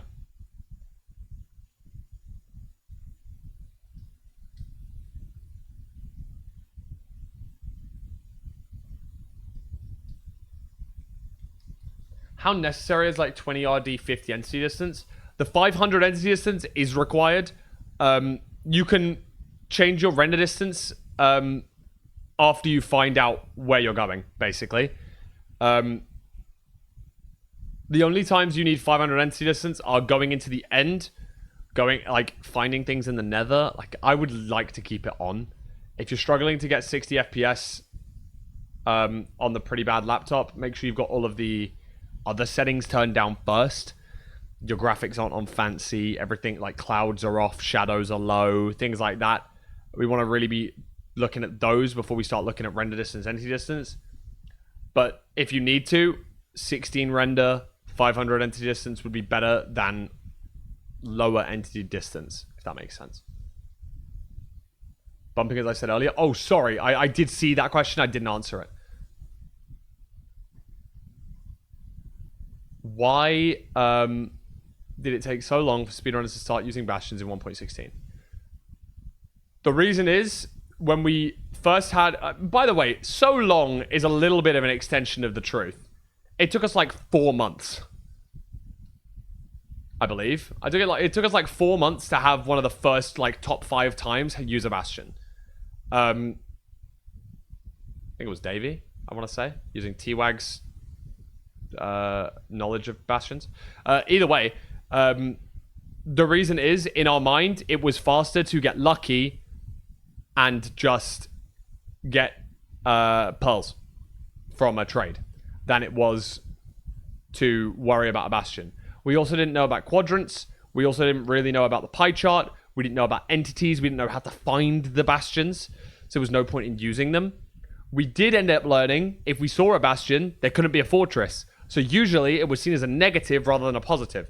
The real reason that things started coming around differently is K4 and Hypermodern. I would say that there was mostly K4 that really shifted that change. I'm sure there were a lot of other people that K4 would credit as well.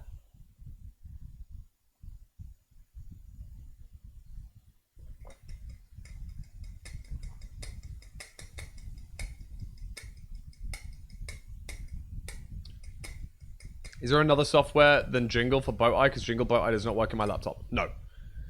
Basically, no. I do not use IC. So maybe it's the projector that's not working for you. I use OBS projector, not IC. So maybe you'd want to use that. But pretty much I wouldn't recommend using anything else. There is auto hotkeys that do it. And I'm sure someone in chat would be able to give you those. I would recommend diagnosing the problem on Jingle rather than trying to change, though.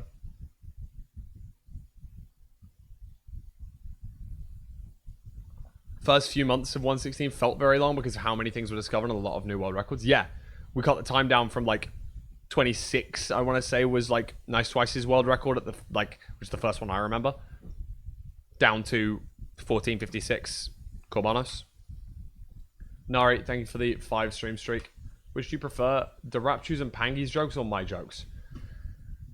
Both of them are terrible dad jokes, so neither. Do you know why when Jingle deletes my hotkeys when I close it? Usually when it doesn't save. If you turn off your PC rather than closing Jingle itself, that usually happens. But honestly, I don't really know why otherwise if it deletes it between reloads. When you open Jingle, go to your Jingle folder, and make sure you have a Jingle config and things like that. Don't ever Alt F4 your Jingle sort of thing. Just click the X button, and it should save, but can't guarantee that. Jumper John A played Poundy 20 games. How many matches, if any, would they win in your opinion?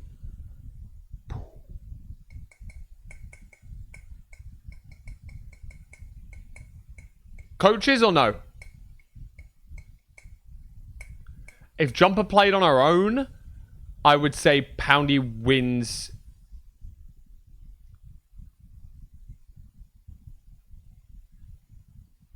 14 of them.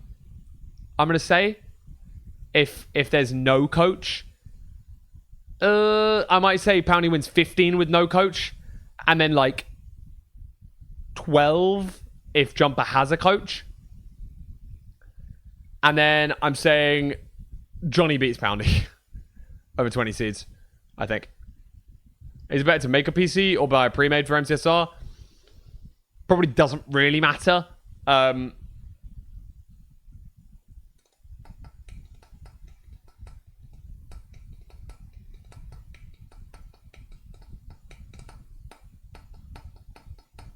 got a pre-built. I don't think that building versus pre-built for MCSR really matters, apart from money. You probably save money if you build your own. How do you zoom in thin macro for preemptive? I have normal thin macro, but the thing I use to measure eyes doesn't show the pie chart. Go to Jingle. Go to your Jingle. Jingle. It's a really old Jingle. Let me boot up my actual Jingle. 1 second.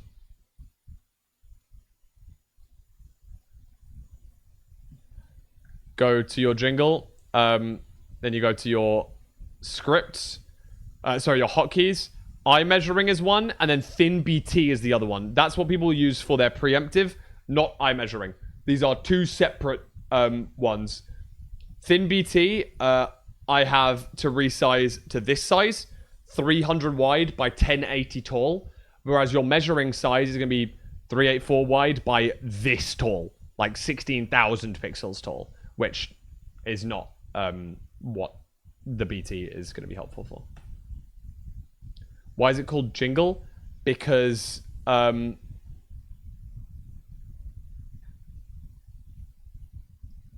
used to be called Jolty, probably for Java multi-instance. And then we changed our setup so that you don't need to use multi-instancing anymore. Instead, you use single instance. So rather than it being Jolty, it's now called Jingle.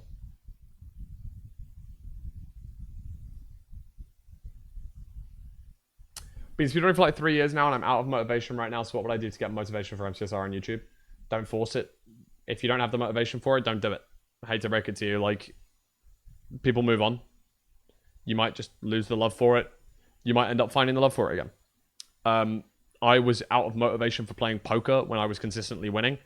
In November of last year, I lost the bug. I lost the love for it. So I stopped. I didn't play for like 4 months. And then the World Series of Poker was recently. So I've been watching a lot more poker YouTube recently. That's given me motivation to start playing bits and bobs here and there, nowhere near how much I used to. But I've been enjoying it, and that sort of thing will happen with every kind of hobby that you have. Whether that be a sport, whether that is a video game. The thing that I usually like to do, take a complete break, and then maybe try and watch media about it. Like, I watched some good YouTube videos will pop up. Maybe maybe in 3 months' time, someone might release a goated MCSR YouTube video, and that'll make you go, you know what, fuck, I really want to play all advancements right now, for example. Or I want to learn how to do XYZ, or RecRap qualifies through LCQ next season and makes an awesome video about it, and you're like, I really want to fucking get back into ranked. You know what I mean? Like, small things like that. You'll find the sparks, and the sparks will go out. So don't force yourself if you don't want to.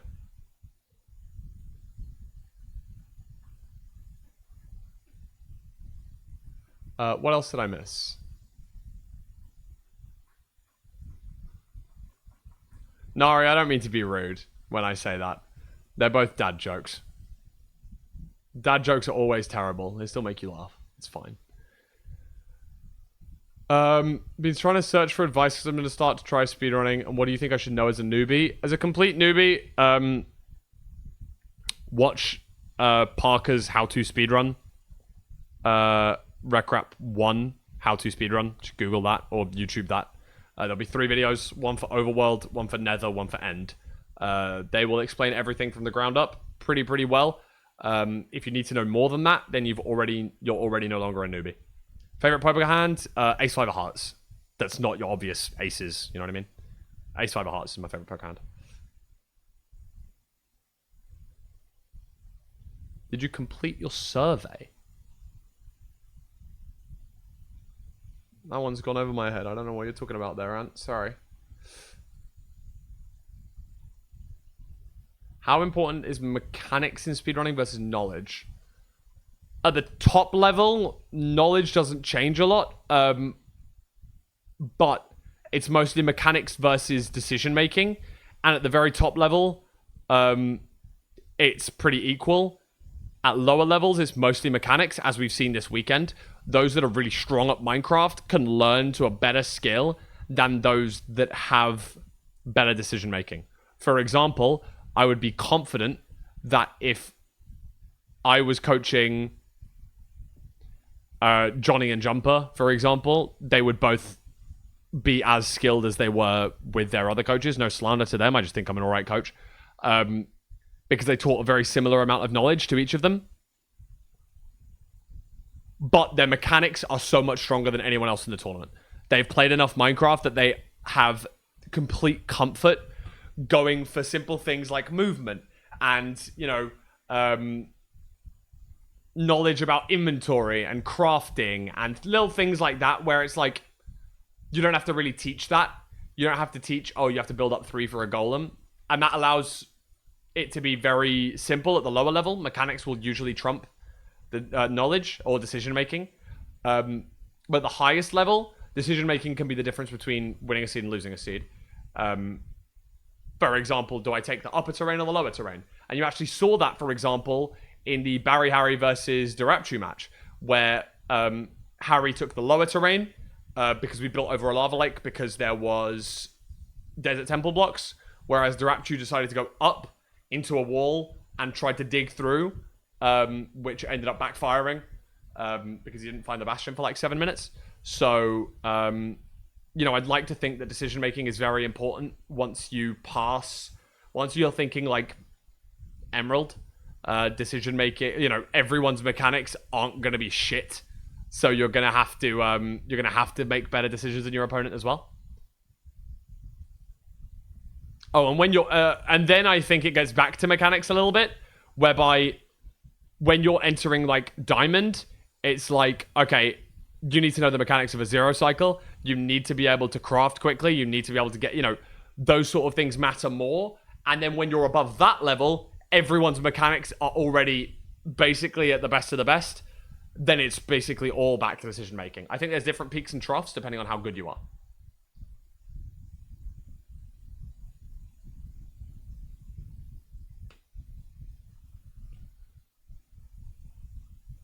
I've not done the census, no. Could you show your mouse sensitivity setting? Sure. I am on, I want to say 3200 DPI, mouse speed 4, sensitivity 7% in Minecraft. Let me check. G-Hub. Oh, fuck.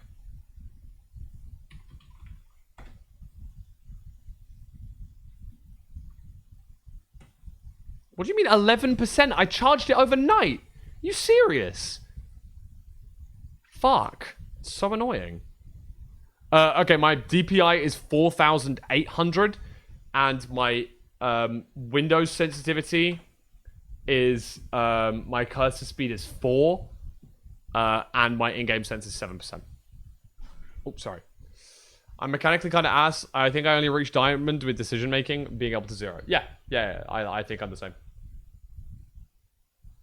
How do you think I should practice not dying in runs to things like Bad Pearls, dying in Fort? Eat more. Eat more, hunger reset more, have higher health throughout most of the run.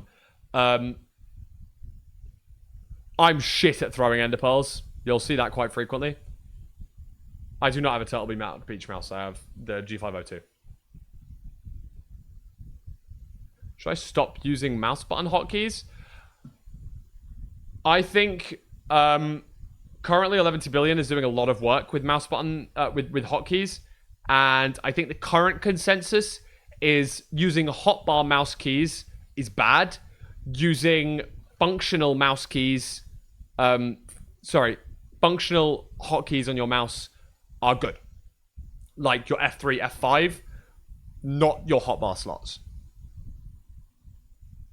That's like for very, very, very, very high level runners. Like not particularly anyone massively low. Like it's not going to make a massive difference, but you know. Just wanted to say hi to everyone whose brain hurts right now. Sorry. You are.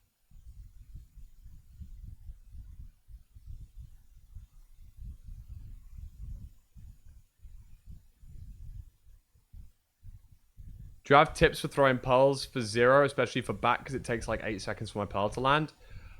Your last pearl on a 0 cycle should just be a jump throw, not a sprint jump throw. All of your other ones should be a sprint jump throw. So to get to the bottom of the tower, you sprint jump throw there, and then to get up the tower, you just jump throw. How consistently should you be able to 0? It depends on what elo/PB you're going for. If you're not at least 1400 and you're not at least going for sub 12s, you don't need to know how to 0. You can focus on other things in the run to save you time.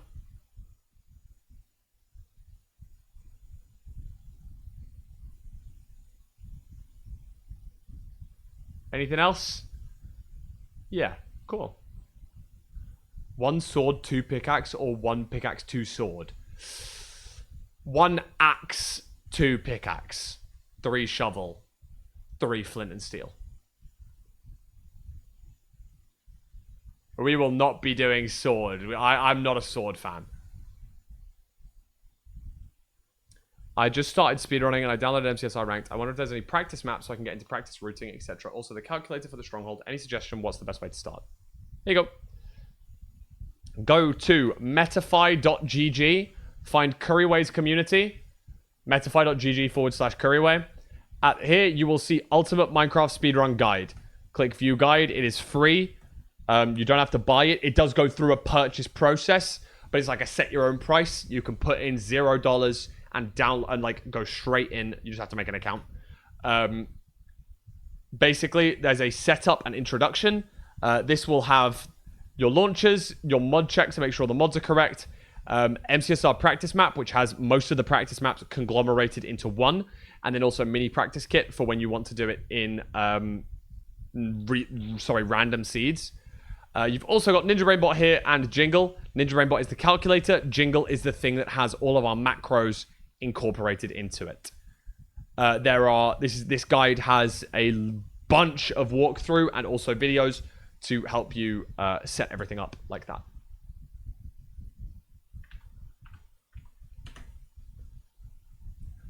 I would also recommend going to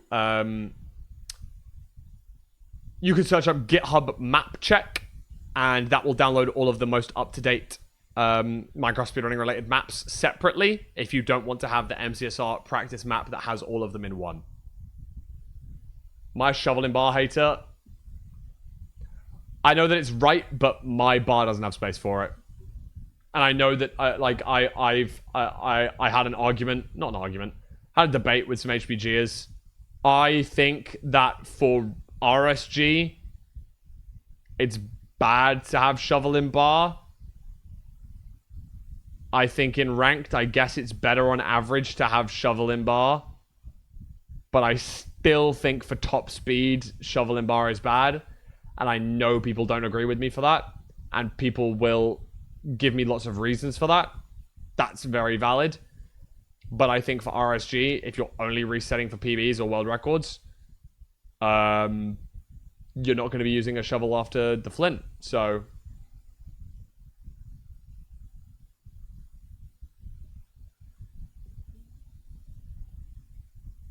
there you go. Like, I'm just going to... I'm going to leave it there because I know it causes debate. I have a light in the bar rather than a shovel. So my hotbar is axe, pick, light, boat. Sorry, axe, pick, light, gravel, soul sand, boat, bed, potion, pearls.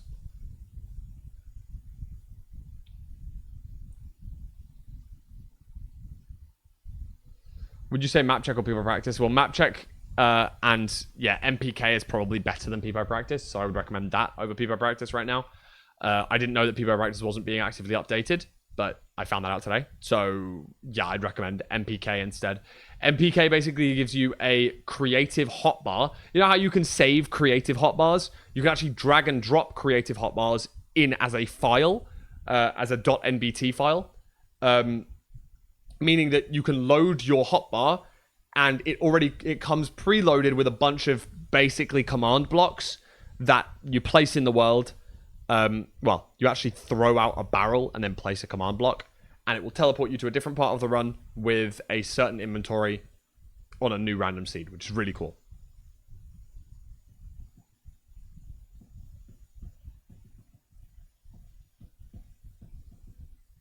Surely a light is used less than a shovel. You're only losing it like 3 times in a run. In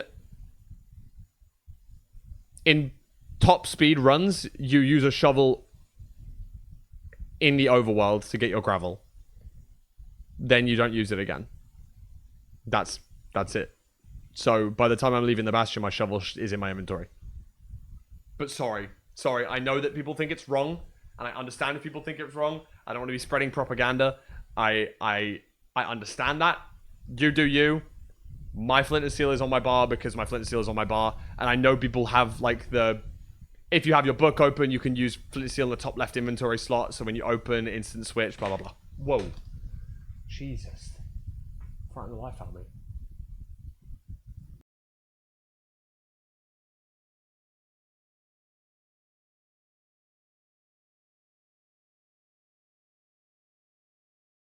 Yeah, sorry about that. Anti-shovel propaganda.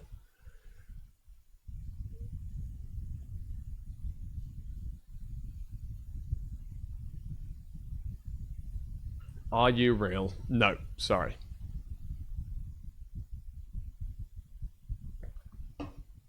Will you guys try to make the next mid-off participants much closer in skill level? No. No. It's impossible. You can't just pick 16 people that haven't speedrun Minecraft very much before and then know that they're going to have a certain skill level. People thought Darapchu was going to win and sweep the bracket. People thought that Jumper was going to come in and sweep the bracket. No one thought John A would. No one really thought Barry Harry would.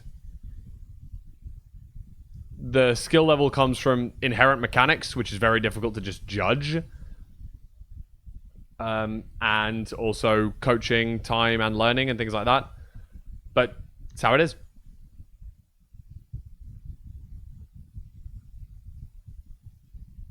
Yeah. Mopa, that's what a lot of people have been telling me. And I understand. And I agree with them. It does make sense there. Problem. I have now learned my hotbar within an inch of its life, and I just like it. I understand that I know I'm not meant to, and I will force that change next time I do a big overhaul with my mechanics and stuff, to have shovel on bar and to have light top left.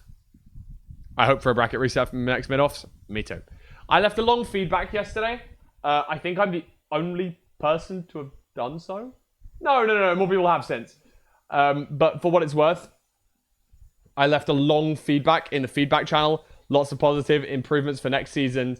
I recommended a bunch of players, recommended a bunch of coaches for like more gender diverse coaches. Shout out to Queen Cack Jumper, Rad, Oxy, just the 4 first people that I thought of that are still in MCSR that are non-men.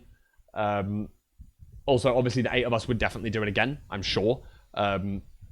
And then a bunch of players. I'm sure there's loads of other players that people would recommend as well.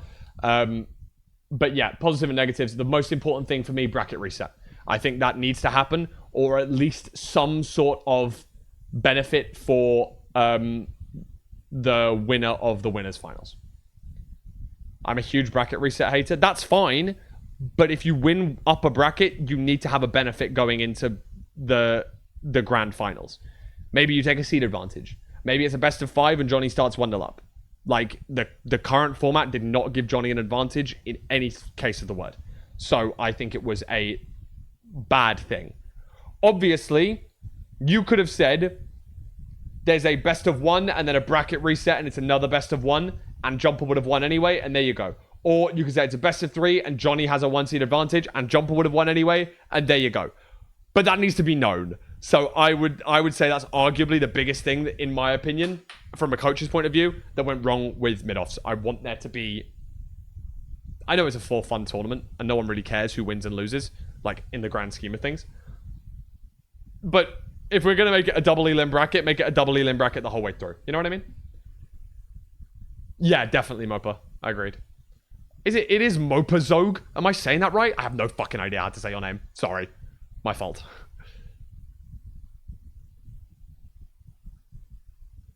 Would you say there's a skill flaw to start ranked? Because I can only pull very sporadic 30 min paces in FSG, so it feels wrong to start ranked.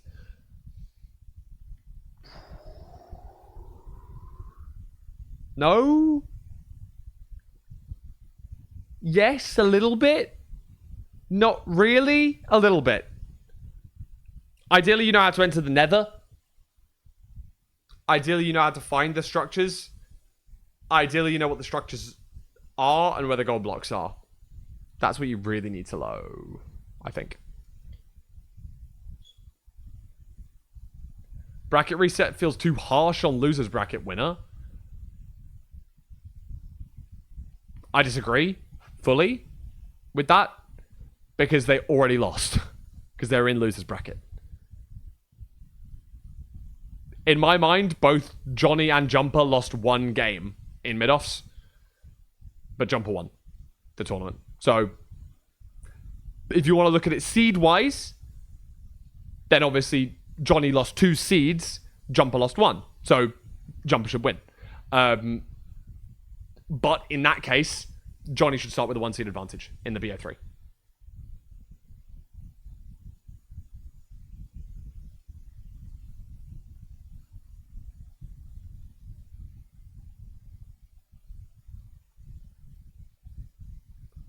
It's double elim. You have to lose twice to lose.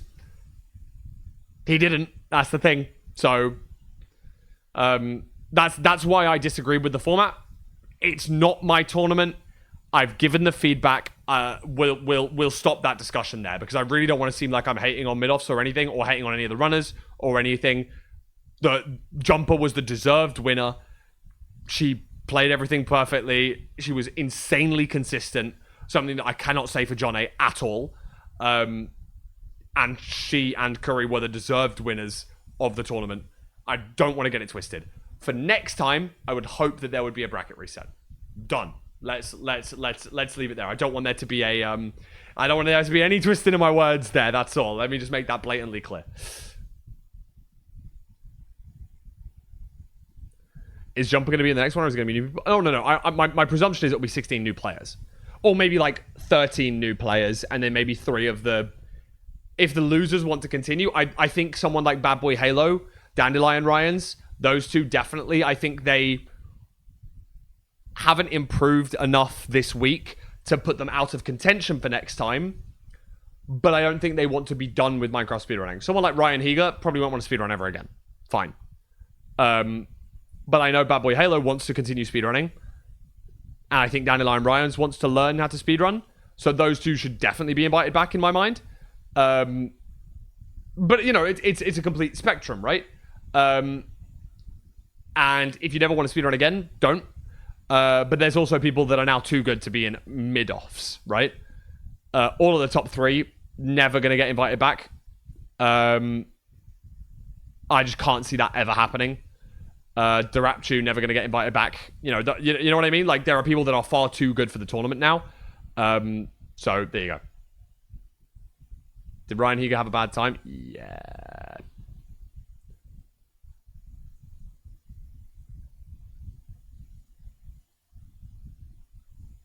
Bab was still speedrunning last night. I saw the screenshot.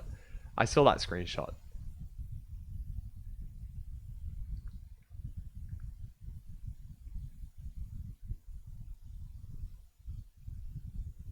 I think it should be a round robin to determine seeding before brackets are set. Problem is with seeding, if you win seeding, you should be facing the least strong player. If you are the number 1 seed, you will be facing the number 16 seed. That inherently means there will be insanely one-sided matchups for the majority of the tournament. Henceforth, I think that seeding is a bad idea, because you will have matches such as Ryan Higa versus Darapture in round 1, if there is some sort of seeding bracket round robin. Otherwise, again, we're going against competitive integrity. Why are we putting the strongest 2 seeds against each other in round 1, for example? That's not fair. So I assume this was done quasi-randomly plus time zones, is my presumption.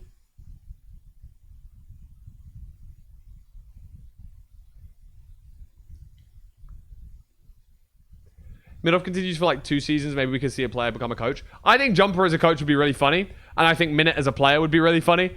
I don't know if, no disrespect to Minute at all. I think it would just be genuinely quite funny as a dynamic to then see how that switches.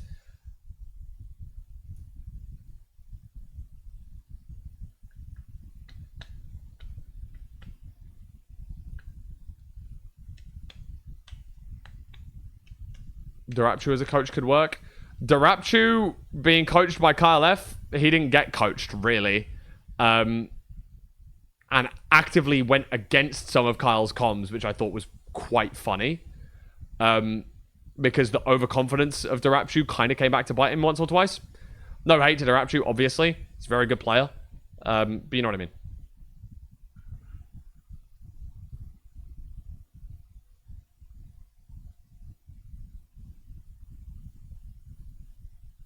I don't think the wheel decided matchups, Zombie. I don't think so. I don't know, though.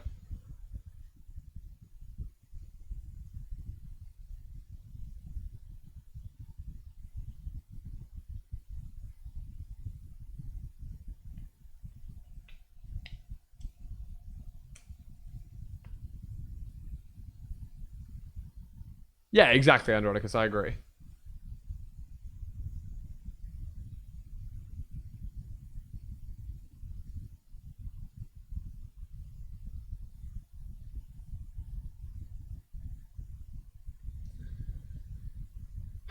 Like the matchups, whoever decided on Ryan versus Ryan needs a raise. True. I agree, Triss, for what it's worth. But Jumper won the tournament. So in my mind, you would need to offer that position to the winner of the tournament more before you offer it to second place.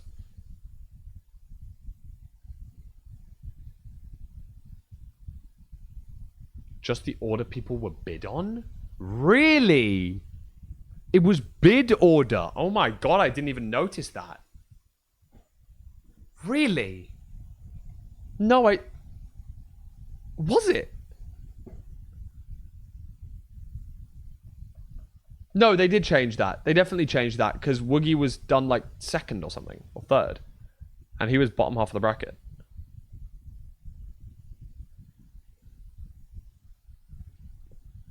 Altoid coach. I saw you say this like 16 times yesterday, Hitty. Yeah, I guess. Shout out Altoid. Like, I love Altoid, but I think it's equally like a little bit. It's a little bit kind of Nepo baby as well. Like, I was a coach because I coached Tubbo. Curry and Fine were coaches because Tubbo knows them. Kyle was a coach because Tubbo knows him. Minute Tech was a coach because Tubbo knows him. It's kind of Nepo baby. It's not all skill related. But if you're talking coaching ability, I would not say there's someone better than Curry. Apart from me, obviously, because I had the lowest average position in the tournament based on my 2 players. Averaging 4th. Both Curryway and Boostfer. Sorry, both Fruitberries and Boostfer averaged their players in 4.5. Just putting that out there. But, you know, nonetheless.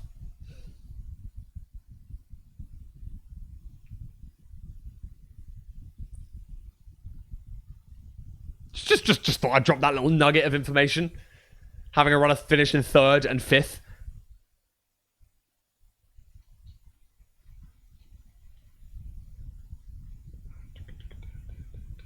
The draft was amazing. Coach points are irrelevant. We should still have a draft. And you should have money to bid on these players. Or like points to bid on these players. There should be no benefit for keeping them. That's it.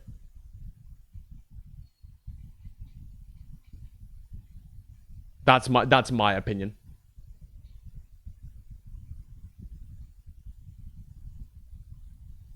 Hear me out. Someone from MCSR applies to the Sajam Slam fighting game tournament with similar idea to mid-offs in that there's a coach put with each team of varying skill level players. Network a bit there and invite people you meet from that. That's crazy. Be nice to watch Fine crash out while coaching, but unfortunately he didn't have too much time. I agree. I'm sad that Fine didn't have as much time. I don't know if he would have dedicated a bunch of time to it, but I know that he didn't really have the chance to. So, had he have done, I would have liked to see that. And I think we should give him the option to again. Although, if he doesn't want to, then, you know, like when he signed up, I don't think he knew how much time that me and Curry were going to commit to it, for example. Like, I look at my stream and it's like, well, I was doing mid-offs training and I've got a bunch of viewers, people are really enjoying it, community's loving it. You know, I'm also introducing myself to new people. You know, I'm getting new faces on my stream, which is awesome. Like, that's a net positive for me. For him, it's arguably, he's already the biggest Minecraft speedrunner there is on Twitch. Like, there's almost no benefit for him networking in that way, in a completely selfish way. Not that he would be completely selfish, but, you know, let's say we looked at it from only a business perspective. There's no benefit for him in the same way that there is for someone like me. And hence, I would understand that. However, he didn't make that choice. He didn't have the choice to make that because he was just really busy. So I think he deserves the choice, maybe if there is a season 2. And if he doesn't want to, then obviously you can say that at the time. What if the players drafted the coaches?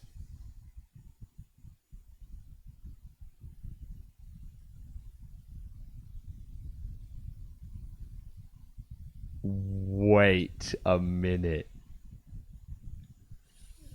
Fuck.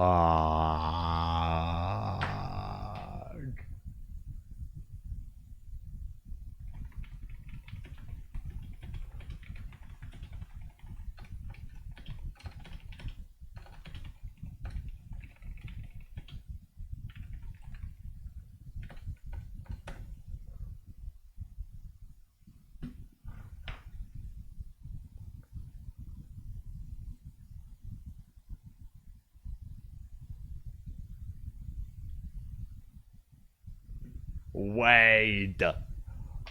That's going in the feedback channel?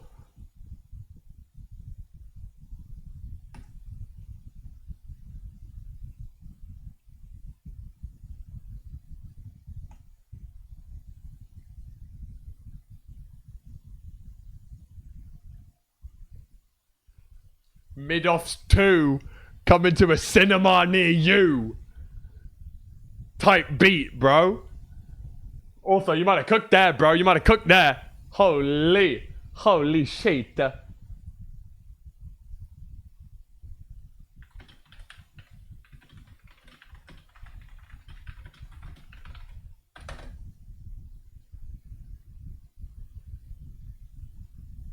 One month of coaching would be better to just help match schedules? Nah. These are the perfect amount of coaching. People would lose interest after a month. People would not do it as much over a month. The fact that it was a short amount of time.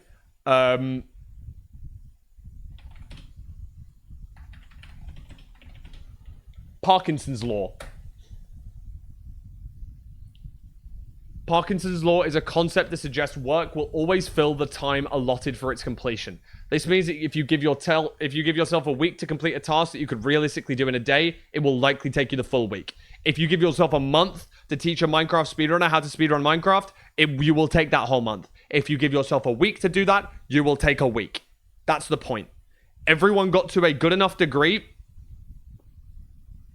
Most people got to a good enough degree where they could finish a run in 30 minutes. That's the aim.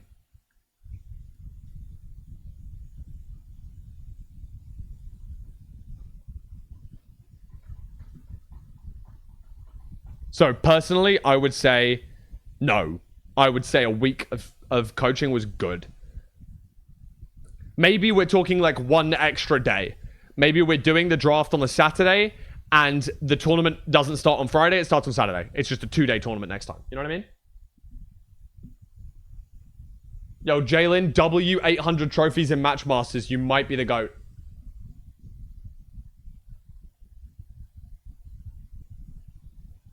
Future man, scary ass message, brother. Whoa, whoa, whoa, whoa, whoa. I do have other streams of income. Not consistent. None of my streams of income are consistent at all. I'm a freelance commentator. I used to be a freelance tutor for a while. I get inconsistent sponsorships. I get inconsistent views on YouTube. I get months where stream does twice as well. I get months where stream does half as well. I get months where ad revenue changes. I get months where, you know, companies are advertising more. I lead up to Christmas. I get months where companies are advertising less. Months after Christmas. And that will be the nature of the job. I'm not actively looking for more work. That is, I'm not actively looking for like a 9 to 5. If anyone wants to hire me to do fucking, I don't fucking know, some social media somewhere, yeah, I'm down. But not like, you know. I have a master's in PM. I have a master's in engineering.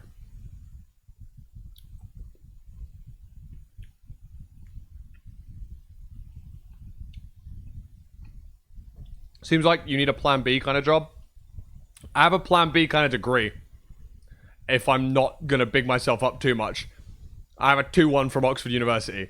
It's like, I'm not going to walk into a job, but if I actually start applying to 100 jobs, I should get a couple of interviews. Please, please, please, please, please, please, please, please.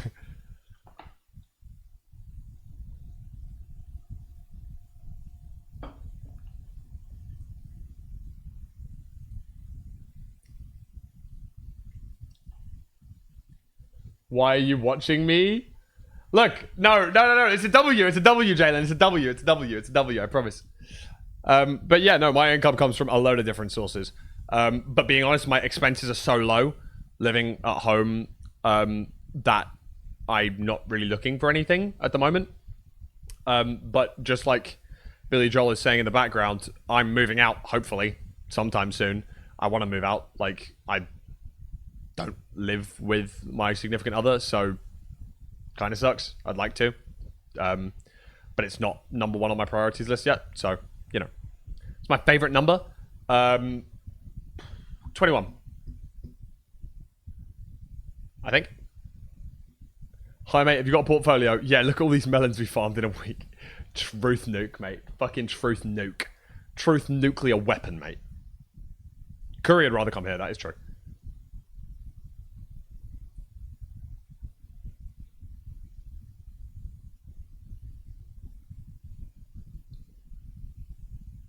Chat be backseating streamers' life decisions? No, it's good. I don't hate it. It's okay. Yeah, my income is weird and inconsistent, and fortunately, as of recently, I can thankfully say the word growing as well with that. It is growing a little bit. Number next to my head is going up, which is cool. So if you haven't clicked follow yet, please do. It's gone up like 1,000 followers this week, which is fucking hype. I always forget you went to Oxford. I always forget you went to Oxford. I forget streamers can be competent. Yeah, that's true. I'm not particularly competent. I could just do engineering. W new chatters and lurkers. Hello. Hi. Welcome in new chatters. You're always welcome here.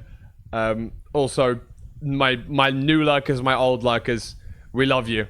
We truly do. I know there are some of you out there with millions of fucking channel points. You can't engineer yourself a job, bro. I can't engineer myself a fucking YouTube video script these days, man. I got this girl and she wants me to duke her. No, like I have a couple of YouTube videos that I want to work on. Sonia's home. Yay! That means that I can get the scripting. So I'm gonna go and treat myself to a coffee tomorrow. I always like to do that. So when you're watching a YouTube video of mine and you get an ad, go, you know what? It's okay, because this is funding Lewis Fulham's next coffee when he writes a script for the next YouTube video. And go, thumbs up and click the subscribe button. You know what I mean? Hey, King Slabber, I'm a year old. You can't be a year old? Bro, minimum age to be on Twitch is 13. I'm trolling. You've been lurking for a year. I have no idea why I haven't talked to him more. Hi, chat. Welcome in, bro. Hi. Welcome in. Hope you're doing well. Speaking of YouTube, can you pay me again?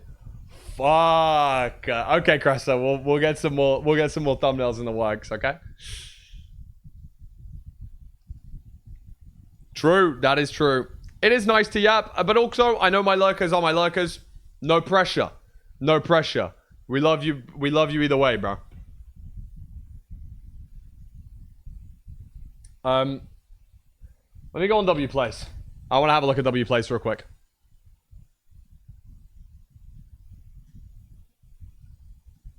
I just want to go to our spot. No! What the hell? We got beat by the Brentford. 10th, 11th. We finished 11th last season, and Brentford are rivals that are down here that we made a little bus stop for. They finished 10th last season, so they're giving us a little bit of troll, which is nice. I don't hate that. The friendly banter is nice. I'm more than happy with that. There's a Fulham cat under the HBG member list. I think I saw that. I assumed that was you. That's me, right? This is me. I was going to say, I knew from this is me. This is definitely me. Yeah. I know that's you. Aga! Yeah, it's awesome, bro. All of this stuff down here is really cool, man. We did the bracket. Hooray! Hooray!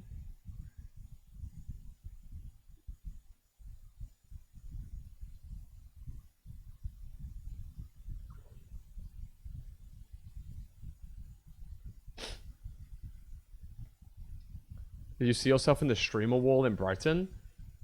Over here? This one? Question mark?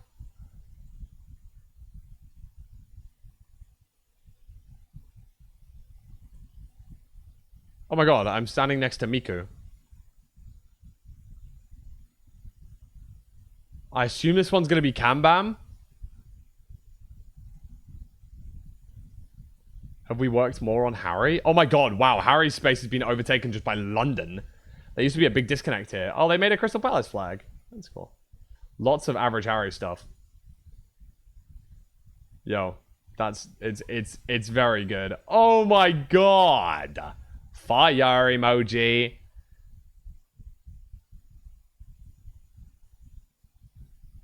That's cool.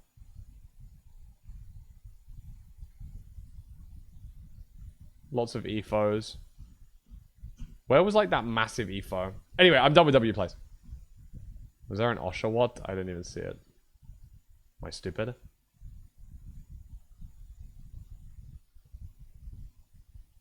Goose Springs in Canada. Anyway, right. I will I'll leave the W place lurking there.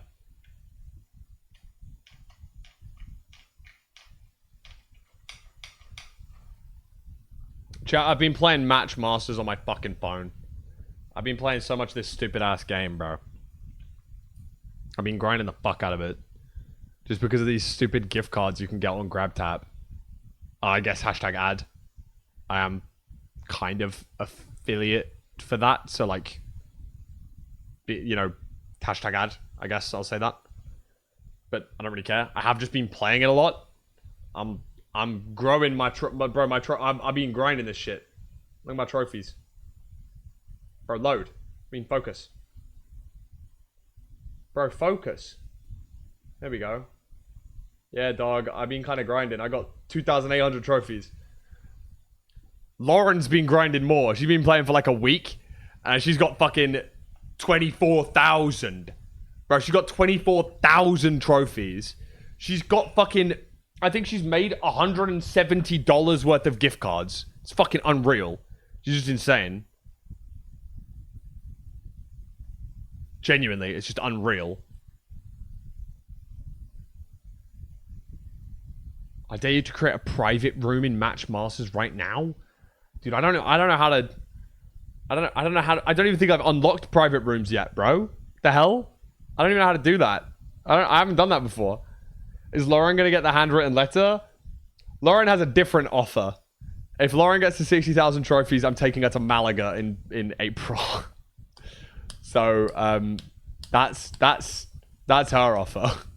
None of chat get that. Chat just get a handwritten letter.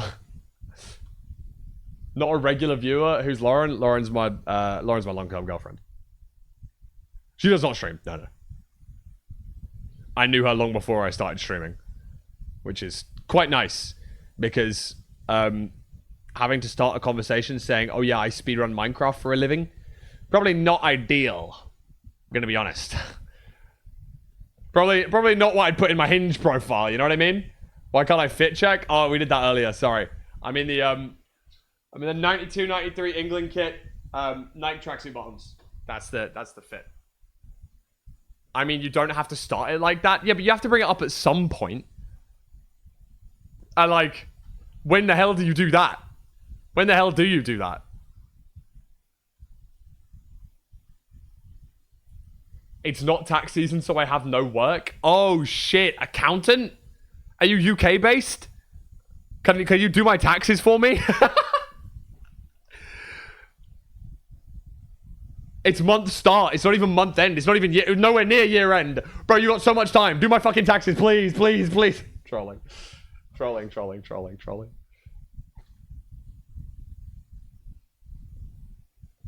Imagine going onto Twitch and seeing your Hinge date in the Tubbo mid-offs. Fuck.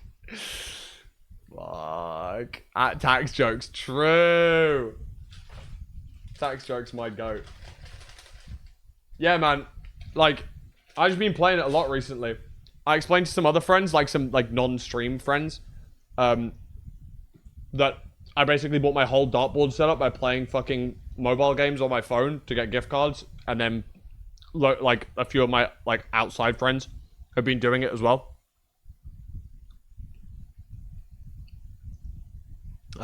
So that was really cool. They really like that. I know that. Shout out Copan. Copan started playing Match Masters recently. He keeps fucking losing though, which I find really fucking funny. Happy Area Bean. Thanks for the 3 stream streak, goat. Fulham cat on WPlace. I have what it's supposed to look like when it's finished. Can I post an art channel if you want to see? Yeah, go for it.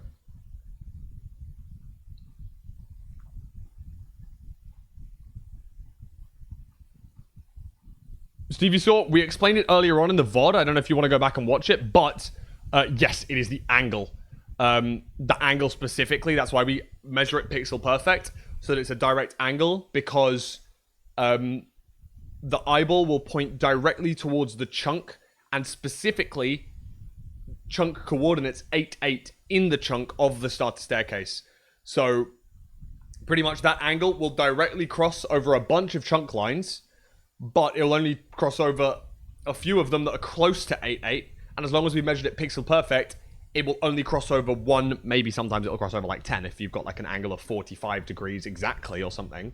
But as long as it's like a normal angle, it should only ever cross over 1 chunk at exactly 8-8 in that chunk, so you know it's going to be that. Should I use Jingle Projector or OBS Projector if I want to stream my speedruns? I use OBS Projector. Everyone else has used Jingle Projector. I'd recommend using the Jingle one because it's going to be updated more than the OBS one. So, like, when we go to Jingle 1.5 or whatever, the OBS one will become obsolete. So I would recommend using the jingle one, yes. I was nerding out, and I basically wrote my own code to estimate cores. So far, I've got it down to a 30-block error. Holy shit. Ninja Brain bot. Have you seen the triangulation.pdf? You might want this. Lots of Bayesian statistics here to help determine stuff. You can go crazy. Might be helpful. I don't know. Bro, if you're gonna... Look, maybe you can improve shit, bro. Maybe pixel skipping is going to become obsolete because of Stevie Saw, bro. What's the 8-9 strategy? I don't know. I'm going to be honest with you. I have no idea. I think that's something like... Something like bowing down crystals and then hiding or something. I don't fucking know, bro. I don't understand it. Not real? Yeah, okay, cool. Oh, okay. I didn't know that, Mopa. Thank you. Cool. Jingle one easier to set up. OBS is more reliable. Cool.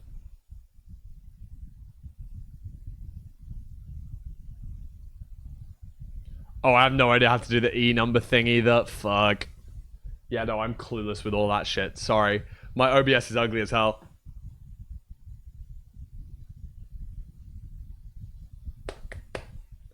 Nice one, Mudgrip. Mudkip with an R.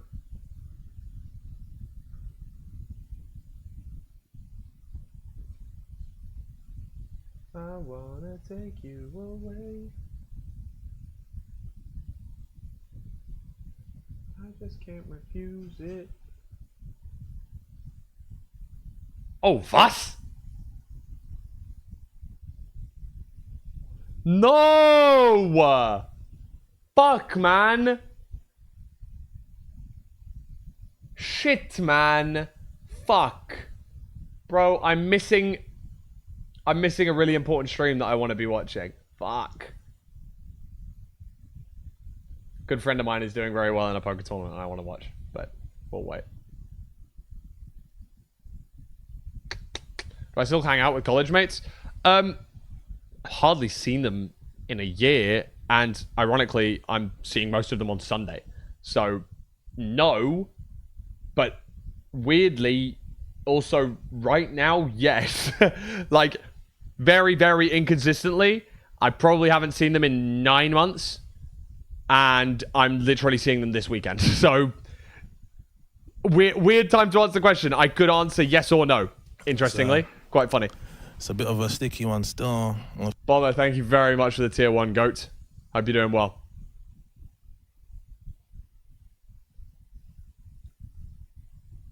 Lipton Ice Tea, welcome in. Hello. First Twitch sub in 2 years. Boom! That's crazy. W Bomber. Holy.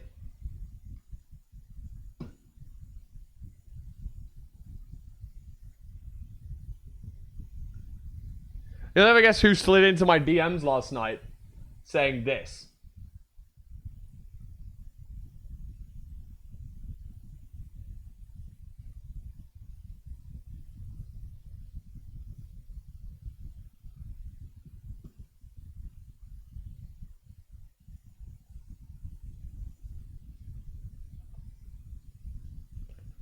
That says, I'm gonna go and pet a bunny, by the way. It's just blurred out because, I don't know, my screenshot bugged out or something. I don't know. It says, I'm gonna go and pet a bunny. That's all. It just says, I'm gonna go and pet a bunny. That's what it says, okay?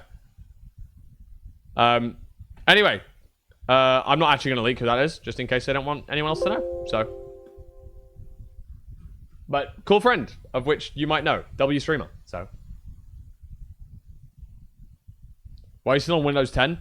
There was some bugs with upgrading Windows 10 to Windows 11 with OBS and like resetting for Minecraft. There isn't anymore. I'm just too lazy and I don't care. So, yeah.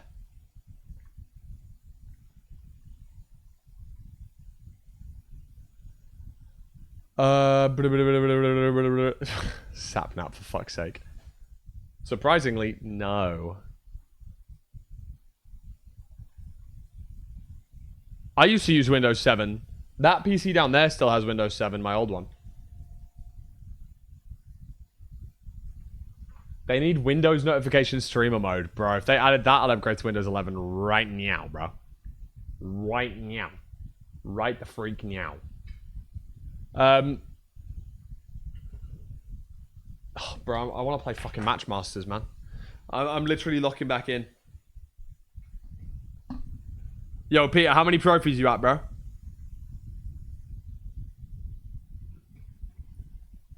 1100, kind of goated. You're not 2800 like me though, bro. Matchmasters Let's Play on stream. I'm not even sponsored by them. I'm not sponsored by them at all. I've just been playing it and fucking chilling it, bro. Like, hello?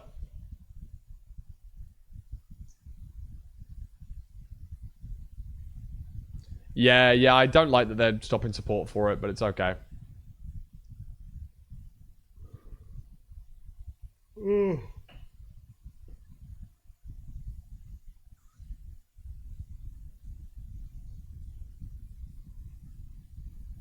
Yeah, I've been grinding this shit too much, man.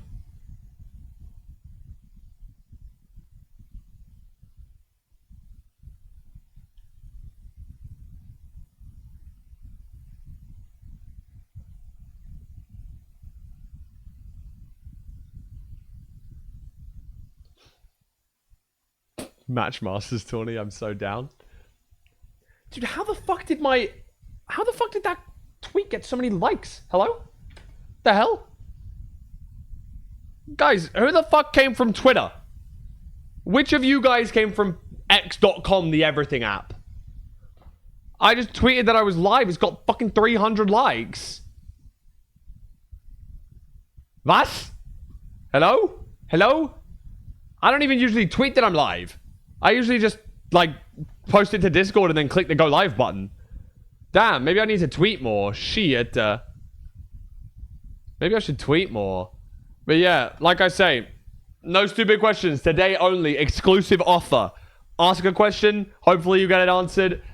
Yeah, that's that. Mid-offs, you are welcome. Mid-offs, new mid-offs watchers. You can feel comfortable here. I won't laugh at you. It's okay to be a bit stupid today. I promise. I promise. Big promise. But I think everyone's got most of their questions out, which is pretty nice. Did the rap get scammed? Nah, it kind of was a skill issue both times, really. I'm not gonna lie. And Durap reset the seed when Kyle said not to. So I would say that was a Durap issue, not a Kyle issue. Possibly a bit unlucky, but not scammed, I wouldn't say. I think it was bad decision making. That's true. Asking stupid questions is completely okay for today and today only. And if you're stupid tomorrow, we will kill you with hounds. Sorry. It's unfortunately what has to happen.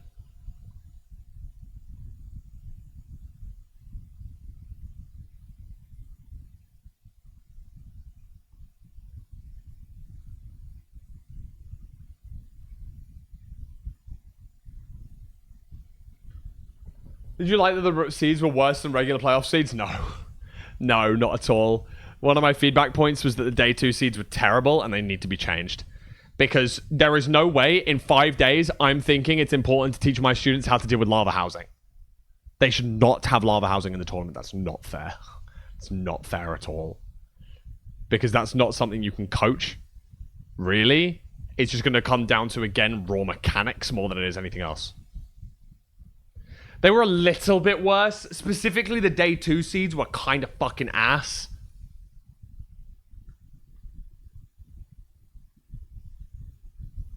Ah. Poo.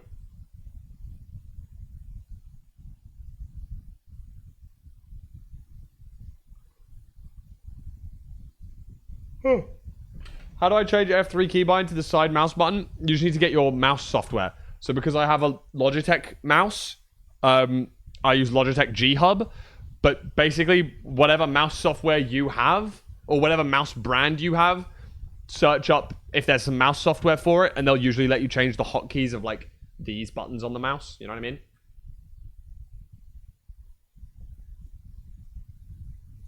Playoff seeds scouted beforehand? Yes, playoff seeds are scouted beforehand.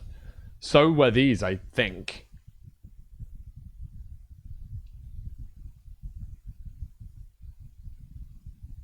There were a lot of brutal strongholds.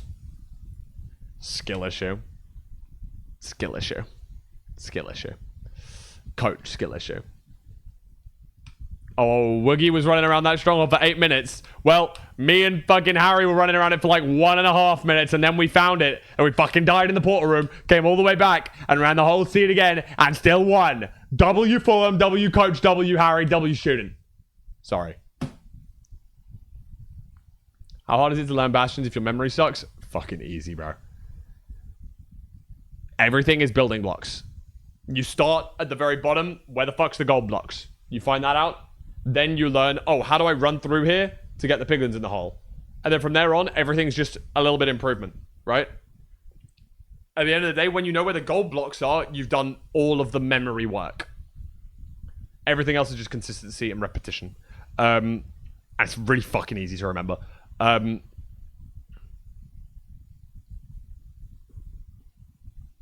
That's pretty much it. You and Korea maybe want to learn how to speedrun. Is it hard? Spidey, no. I think you should be able to tell that by the fact that we've been able to coach people in 1 week from like either no PB or hours worth of PB down to like 20 minutes. I think you can do it. Oh, okay, Enderben. Yeah, you can change it to any other letter that's not used on your keyboard and then use auto hotkey. My PB's 3 hours. Yeah, we can get that to like sub 30 in like a few sessions. I think that's pretty easy. There's like a few things to learn. It's not too difficult. I'm sure we could, I'm sure that if everyone had time and you dedicated yourself to it, it's not going to be hard at all. Like, obviously, not trying to say it's easy. I'm not saying that, it's only going to take everyone a week to get to a sub 30 PB. But if you put in anywhere near as much time as like AMZ and Jumper did, easily, like you could do that. Leo, why not? If you want to, go for it. It's the whole reason that I started speedrunning was because I'd never beaten Minecraft before on a solo world without cheats. So I went, fuck it. I'll do it then. Why not? Give it a try. I gave myself 3 hours. I said I wanted to finish the game within 3 hours. My first completed PB was 1 hour 21. And that was that. And from there I got the bug and it hasn't left in 5 years.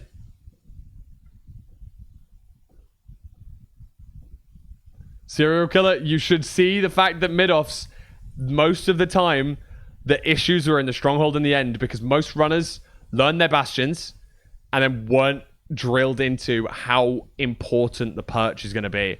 Because there's always going to be different setups, different ends, different fountains, different numbers of beds, different numbers of explosives. It happens. It happens. My first ever sub 30s, I had 3 on-pace end enters. And I fucked up the 1 cycle all 3 times. One of them was because of scrolling. One of them was from just dying, I think. I can't remember the last one. And then I took a day off. And then I went back in. I got a little bit of like a mental reset. And then I got number 1 UK, top 10 in the world. With the 21, whatever the fuck it was.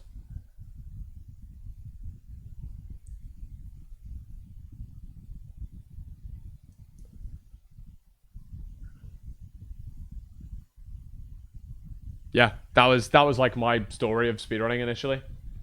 Thanks, JJ. Where am I?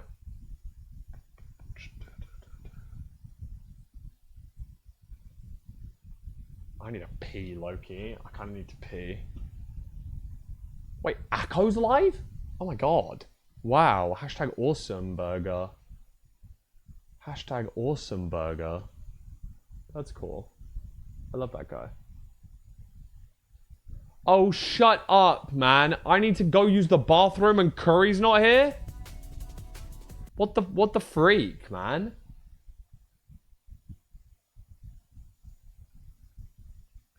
Okay, quick explanation, Mudkip. You spawn here, you put the obsidian on either the north or south side, and then you either stand on the opposite side of that. So if you place it on this side, oh, sorry, wrong layer. If you place it here, you place that obsidian here, you stand here. Or if you place it on this side, you stand here. Okay.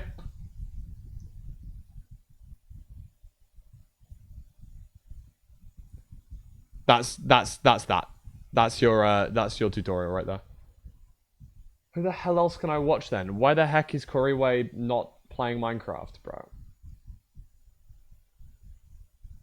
Any difference between north and south? No, but there is a difference between either east-west and north-south. But north-south are both similar. Technically, you should choose on each end because the heights of these towers depend on how long you have for the rotations. So ideally, you choose sides with low towers. So if these are both like, let's say these are both the cage crystals, they're low towers, and these are, let's say, the tall crystals. You would stand next to the tall ones and opposite the short ones, because then the dragon has less time to come down and perch, meaning that you'll finish the seed faster. But I'm talking that's like 1 to 2 seconds of difference. So like, don't deep it, really. Don't worry too much about that, you know what I mean?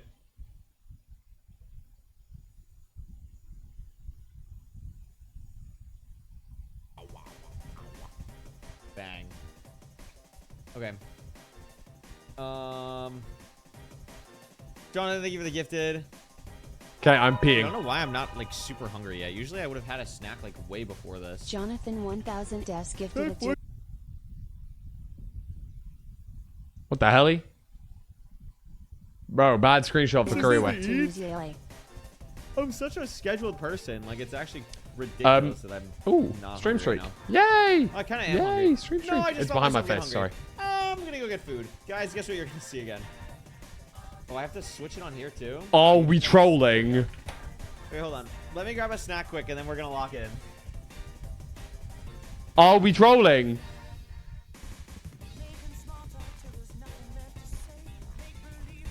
We're trolling, no? He's going for a snack? Where the fuck was he right now? Where was he just now?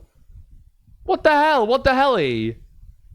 Bro, what the freak? What the actual freak, man? How much of a difference does standing 50 blocks further away make for perching on average? I can show you this. Give me 1 second. T-Wags, perch.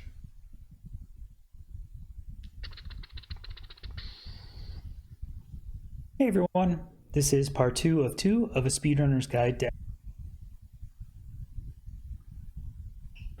set up before waiting for the perch, but doing. Hi Curry, go away. What? Wait, what? That's not. Curry's not watching me. What do you mean? Why are we trolling? Why are we trolling? Why are we trolling? Setup last minute can be difficult, and so best. And here you go. This is the statistics for different end fights. Notice that the total end fight time is going to be at minimum around 48 seconds. This is before zero cycles existed, and you can see that north-south ground weight is much better than north-south pillar weight. See the purple line here has a higher probability of it occurring with a lower end fight time versus the pillar weight, which is why we don't build up. And half bow has a much lower, sorry, it has a higher minimum but lower average, if that makes sense.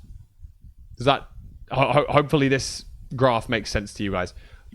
The axis along the bottom is the total end fight time, and the probability is on the y-axis. So something like a full bow is very thin, so it's a high probability to just be around about 2 minutes guaranteed. Whereas a half bow has a high probability to be a short time and a low probability to be a long time. However, like a 1 cycle, for example, the north-south ground weight, has a probability of it being the fastest, which is why most people in random seed, before 0 cycles were a thing, would just wait on the ground at north-south.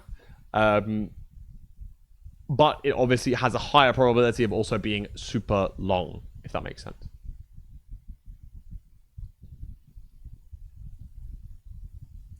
What is pillar and ground difference? Basically, whether you're standing on top of a obsidian pillar or if you're standing on the ground. Distance to the... Hold on, let's show this. Here we go. R1, the waiting strategy, like the name applies, means the runner isn't taking down any end crystals, but just preps the 1 cycle setup and waits. This means so the optimal position to wait ends up being somewhere in between. Thanks to some testing from Jojo a while back, most runners use the rule of thumb that 70 blocks away on the ground on the plus or minus Z axis or on top of a north-south pillar at around Y120 are pretty optimal positions to wait. That's why we wait at Y70, because we've done a lot of statistical analysis to basically say we need to make it to the middle before a perch happens. But also, by standing too far away, it slows down fireballs and things. Giving a good balance of being far away for a lower strafe chance, but close enough to get fireballed and reach the end fountain with a single pearl. There you go. Both That's of what I these said. positions lowers the strafe chance to around 15%. Looking at the curves, I've put a couple of these waiting positions on the list to compare. Waiting on the ground east-west is the slowest, as you have to wait extra time for the dragon to spiral up to the east-west node over the pillar. Waiting on a north-south pillar at around Y120 is the next best, but because of the time it takes to pearl and pillar up to that height, you don't quite get the fastest time. And not to mention, there seems to be a disproportionate amount of strafes from this position when compared to the ground. So the waiting strategy that ends up being clearly the best is the north-south ground wait, which is why we see this used everywhere. You'll notice a very impressive high roll end fight time of roughly 1 minute, which makes sense as we're never destroying any crystals and preventing the dragon from rolling perch chances. So we already know that 1 out of 13 times we'll see an instant perch, leading to a sub 1 minute end fight. But the downside of this strategy is obviously the low roll times of 4 to 5 minutes. Not destroying any crystals can result in absurdly long end fights. So in general, it's great for RSG. Does west-east have the same amount of time as north-south until perch? I know it takes longer since it's higher up. No, because we spoke about this a little bit earlier. Basically, the node is placed on top of this pillar on the east-west, meaning that the dragon has to circle up to go higher until it then snaps in. But between these pillars, the node is a lot lower. Because it's not actually on the pillar, it's between them, meaning that the snap happens instantly. You don't see this like spiral. So that's why we stand north-south rather than east-west. And SSG, where you enter the end on PB pace. Anyway, yeah, we'll be done with that. Surely he's back now. Cool. I need to go pee. Sorry. Oh, is that a small dot? I'm a small dot. I need to go this way. Peeing BRB. Full boat here. Okay, this full boat is just gonna give me all. Sorry guys, I gotta go pee. 1 sec. That's the game plan. That's the game plan.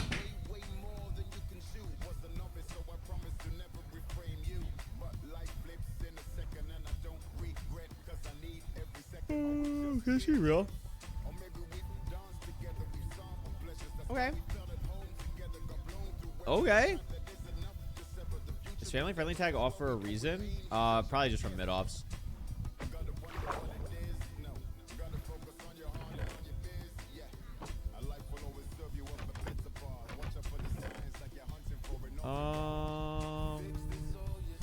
This is like fine. How much food do I have? Yeah, this is fine.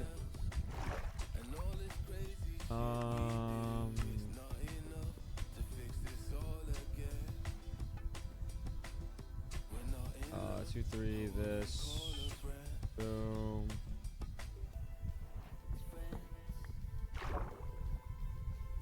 Actually, I should grab more wood if I'm gonna do this. Wow, Fyro, watch out. Mods! Kill this guy. No, I'm kidding.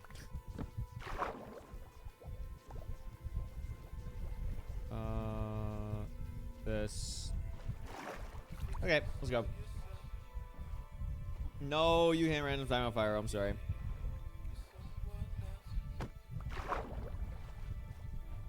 Am I stupid? No, this is offhand. Sorry, I'm still gonna use the mic. New stuff.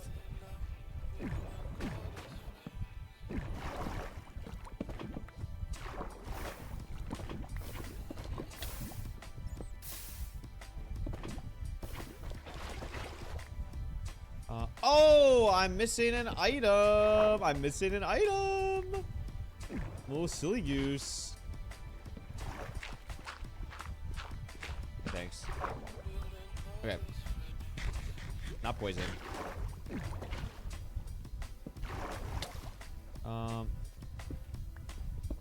Okay, I guess I'm just not gonna get.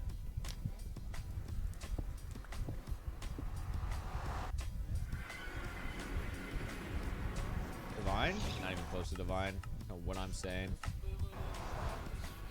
Hey, don't look at me. Don't look at me. Don't look at me. Don't look at me. Stop. Don't look at me.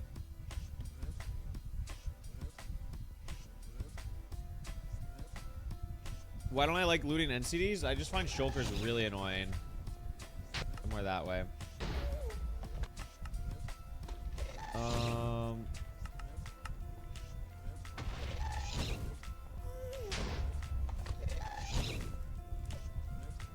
Okay, so I'm giving you a haircut.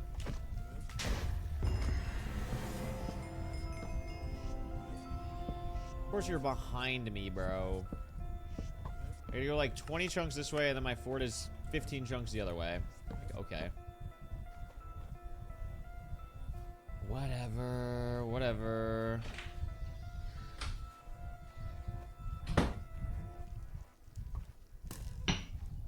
I don't know where I want to go. I don't really love any of this. IP'd. W. W. IP'd. Whippy! That's kind of huge. It's kind of huge. Oh, to be fair, I don't even know if I want to, I don't even know if I've got anything else to say. Whoosh. Really died.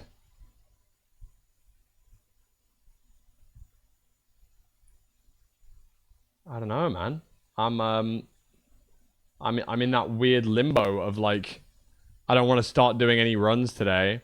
I didn't really want to do any runs today anyway, because I'm kind of burnt out from speedruns after just watching them and backseating them for like a week. Kind of just burnt out from them. So I want to take a little break, even if it is just today, maybe also tomorrow, but probably not tomorrow. I'll probably be able to come back tomorrow and grind out a little bit more. But yeah, just like a little bit, I'm in that weird limbo phase of, ugh, I'm not quite sure. Rain froze. I don't think macaroni Fulham changed my life that much. It's okay. Also really hot in the UK. Yeah, it is. It's like weirdly muggy, like very, very humid, warm. I've got my fan on in the background. I'm sorry if you can hear that like low hum behind me. That's just because I'd be too hot right now. Lol. Yeah, I mean, Curry's fragging out. Oh, maybe not. Pfft, lol. Lol.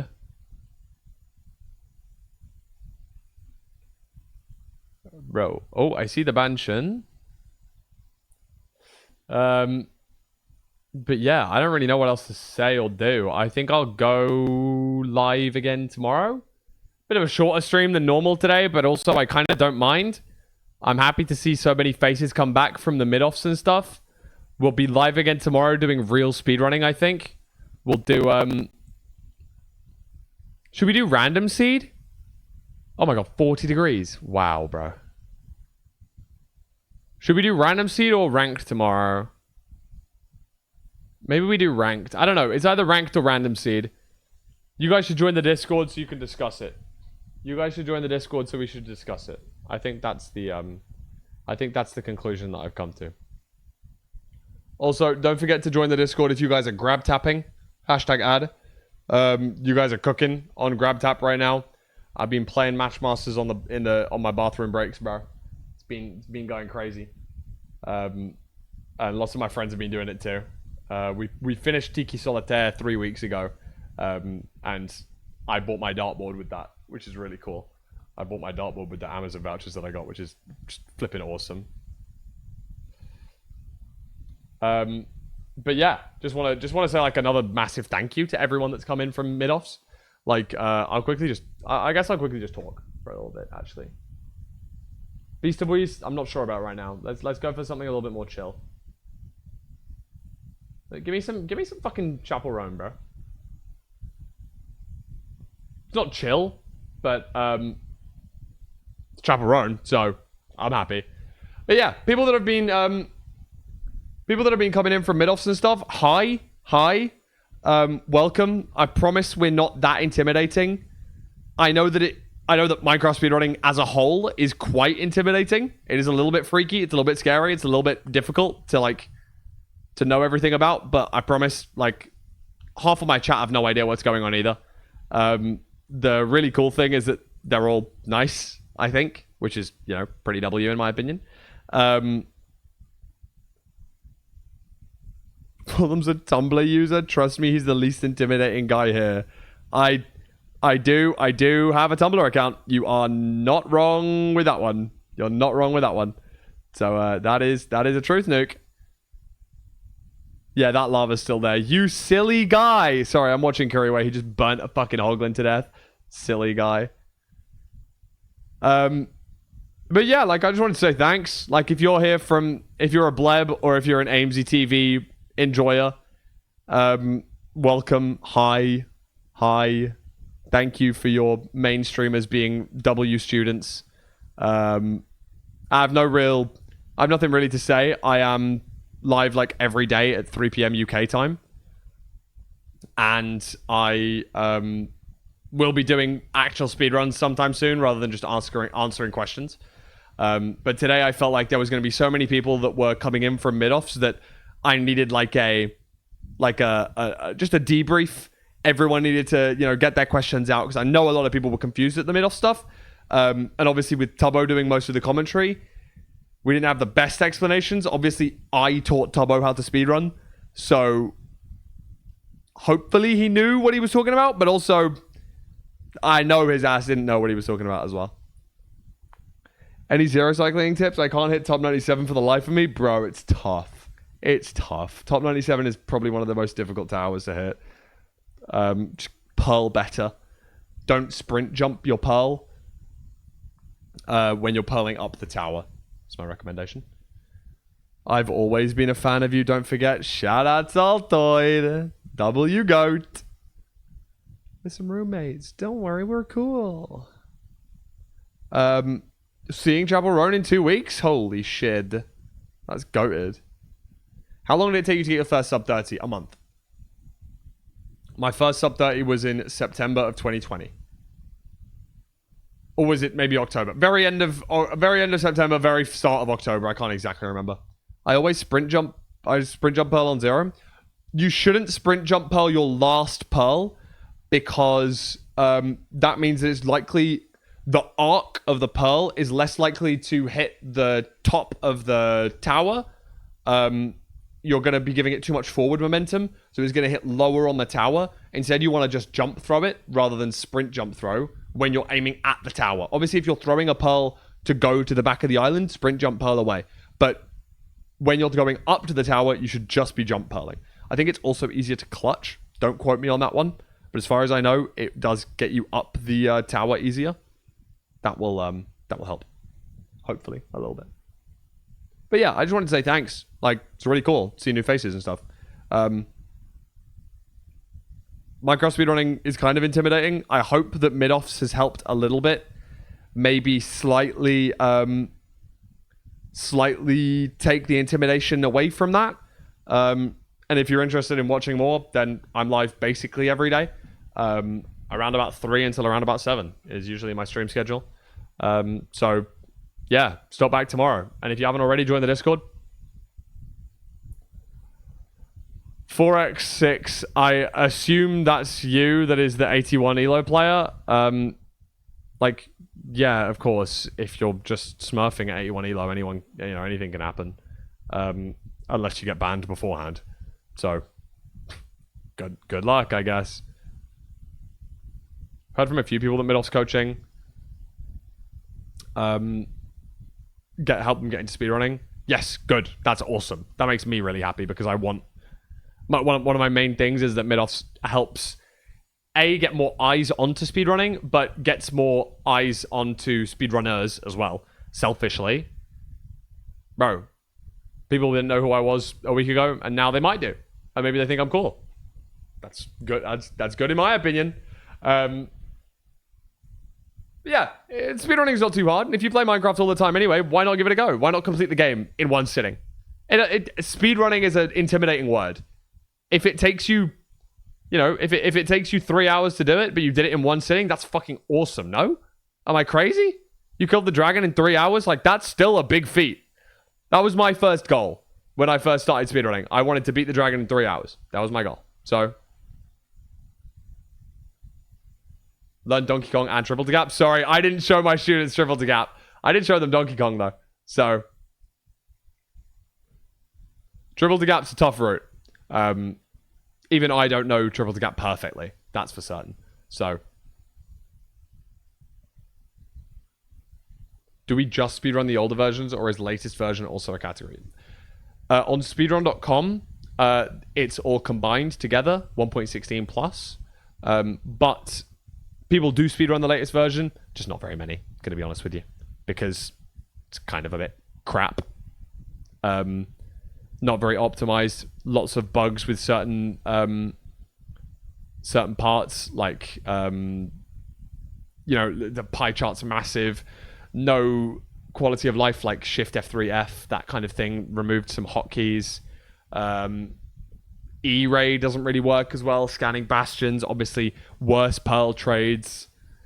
It's less fun, in my opinion. Obviously, some people do it because they find it more fun. Apart from set seed, yes, set seed runs. There's a little bit of a glitch that goes on in the currently in minecarts and arrows. I'm sure you guys can search up the set seed SSG world record because it's changing hands pretty much every day at the moment. Well, maybe not every day, but very frequently at the moment. It's probably been 5-10 new world records in the last month in set seed, which is pretty fire in my opinion.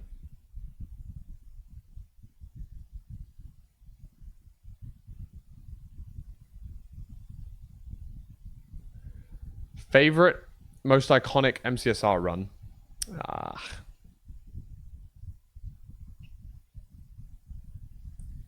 My own favorite is obviously my 21-minute time. That's of my own run. It's my favorite speedrun that I've completed. Apart from that, I would say probably Curry's 1436, maybe Corbano's 1456, maybe Rentilda's 936. Those would be my like 3 most impactful runs. Exclamation mark hotkeys. W Corbano's reference. True, goat. My hotkeys are 1, 2, 3, 4, 5, 6 XCV. I would recommend... I don't like 6. I need to change my 6 key. I think I want to change my 6 key to T or R. I don't know what I'm changing it to yet, though. So, what do you think the theoretical limit speed is for speedruns? Don't know, really. Haven't really thought about that. I mean, we can get like sub 6 hypothetically, but it's gonna be fucking... I don't know if we ever will. Mostly for the fact that I don't know if anyone's gonna carry on speedrunning that long. Oh. No mouse buttons. Mouse buttons for hotbar is woke, and also bad. I think not just woke. I think it's actually just wrong. I don't think you should put mouse buttons on hotbar.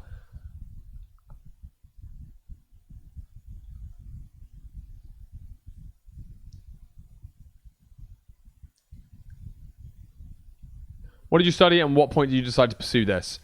I started streaming and speedrunning in 2020. I was already at university at that point, and I studied engineering science. I graduated in 2023. and wanted to do this for a year as basically a break. Started growing a bit more and was pretty pleased with that. And TLDR, haven't been bothered to get a job. I haven't been actively looking particularly, although, you know, at some point I will. I just can't see anything in FSG being replicable in RSG. It's far too filtered to be real. I would say ranked is far closer to oh, career weight might die. No, it'll be fine. I would say ranked times are much closer to realism than FSG is. What's ranked world record at the moment? Low 6?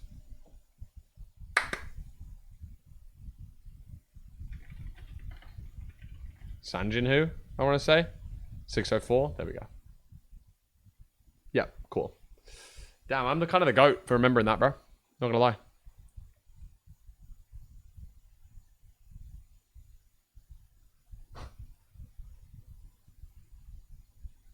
Haven't watched the real thing yet. Yeah, no, it was pretty good in my opinion. I really enjoyed mid-offs. There was a few small things that I would love to see improved upon, but genuinely it was very much less of a just a nothing burger worth of a problem. Like, if you did the same thing again with 16 new people, it'd be still really fun. So, you know, small things that need changing, in my opinion, that would make the experience better for all players involved and coaches and viewers. However, it's less important. Like, it doesn't matter that much. So,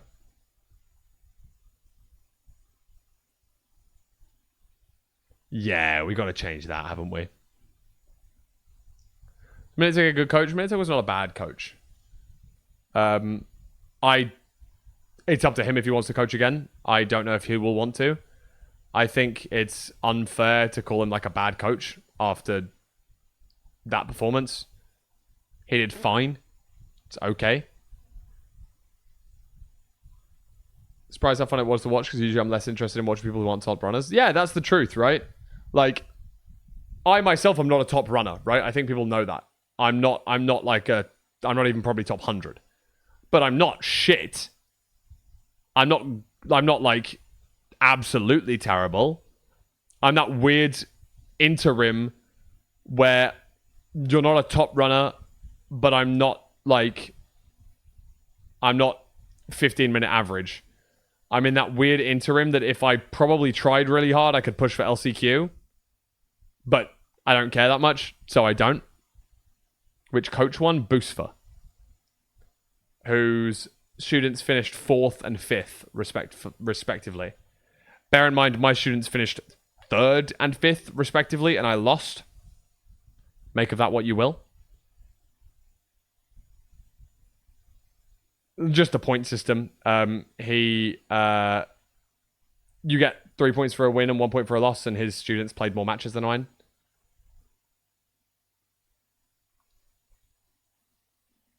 It's okay, though. No one really cares about the coach championship.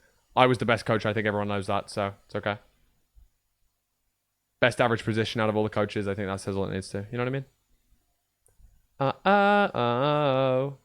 Okay. Here we go. Hello, Dubbo. Yeah, we got to get you a... We gotta get a sponsor for next time. Then we gotta have a proper commentator in the booth, bro.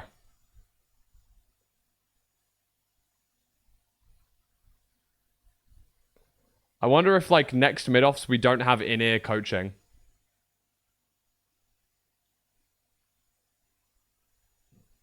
That would actually go crazy. No in-ear coaching next time. Did you see the feedback I said?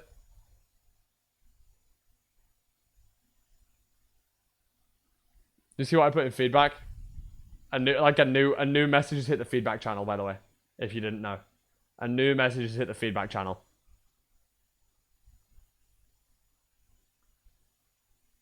Rather than the coaches drafting the players drafting the coaches. That was my quote-unquote feedback. What if, bro? What if? What if rather than the coaches drafting, the players draft next season? It's mid-offs crazy mode. Mid-offs reverse. Mid-offs freaky edition. Ah! Sorry about that, guys.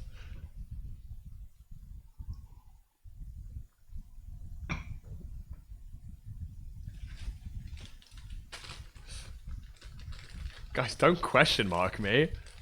What? Free gobs? We're not having... Please never do that again.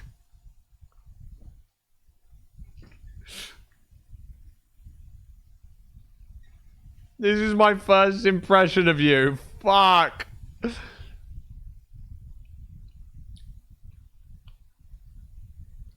I like the idea of the coaches being the commentators for their respective matches. Oh, that is actually really a good idea. I like that a lot.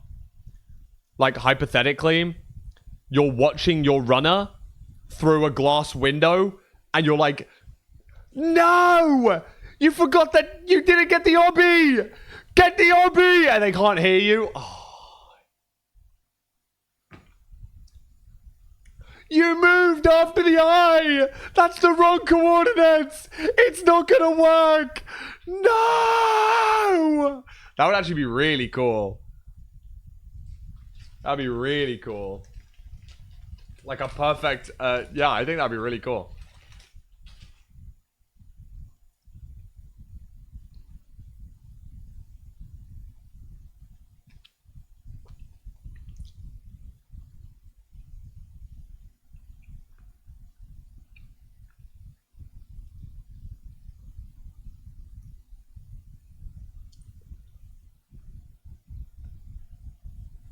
Players not having to learn decision making was the one thing I wasn't a huge fan of, but that inherently is like a player diff, and that's not something you can instantly teach in a week. Decision making is something that you learn over a long time, and it simply benefits the person that's played more Minecraft. So I think that that's like actively kind of bad. There was already enough of a benefit for those that are already very good at Minecraft, hence Jumper Who John A final. In my opinion, they just have the strongest mechanics going into it. Minus maybe Durap, who kind of crashed out.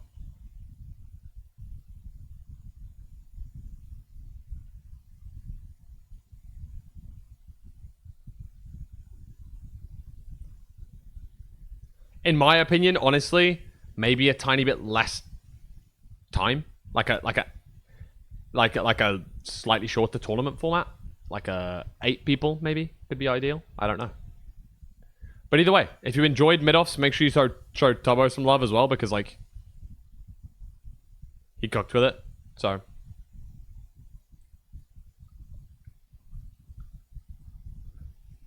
You want to see 3 flying coaches that can hop in as a spare to help out during training and matches as needed? Ooh, that is quite a cool idea.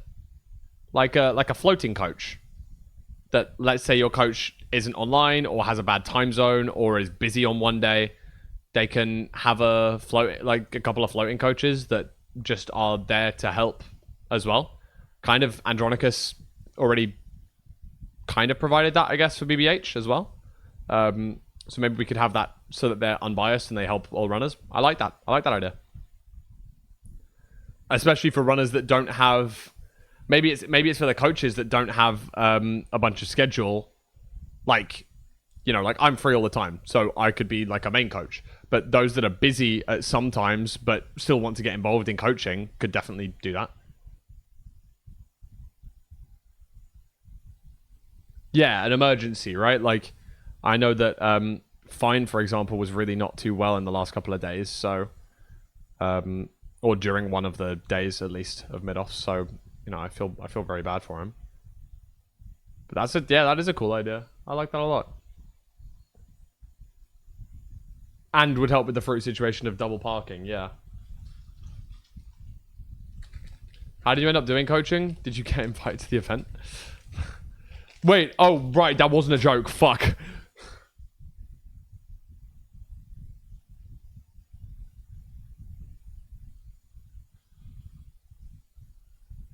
shit.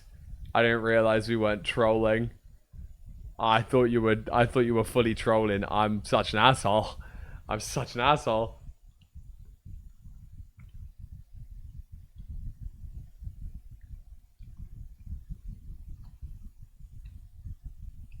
Sorry.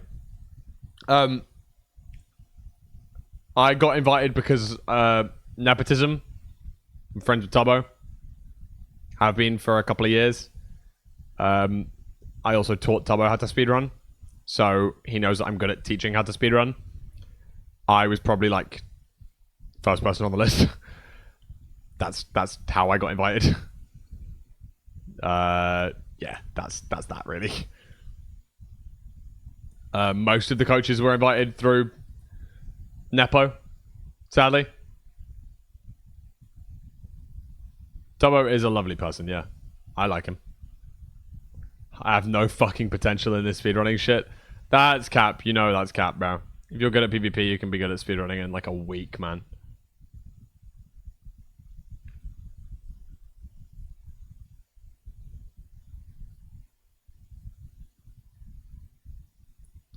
My gosh, Curryway's above the stronghold. This is so cool. So day 1 was a sub 19? Right, okay, so we're literally fucking trolling. Alright. I have no fucking potential in this speedrunning shit, right? Yeah. No, of course. Yeah. Brick. Wow. I didn't break the world record on my first day of speedrunning. Boo-hoo. Boo-hoo.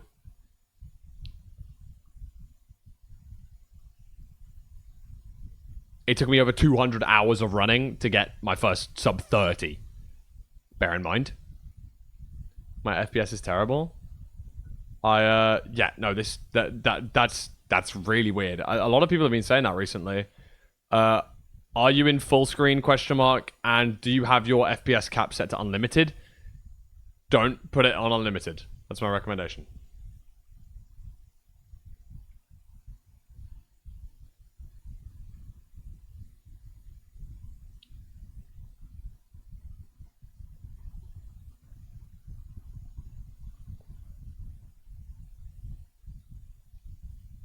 Oh.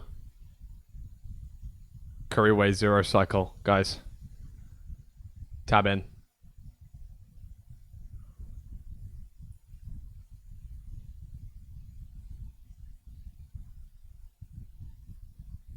Fit. Ugh. Brother. Greedy. Whoosh. Go on. Bang. Was he bridging with Crying Obby? He didn't have too many normal blocks, so he switched it up midway through. Who's peeing? Oh, wait, not me anymore. I forgot to turn that off, sorry. Oh, that requires a stretch. That one does require a stretch, King. Good job. Alright. Cool, I think I'm done. I will, who do we want to raid into?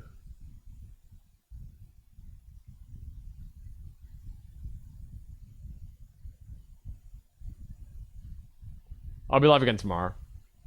Join the Discord if you haven't already. That's where you'll find me. That's where you'll find when I'm going live. It's always a pretty good way of doing it.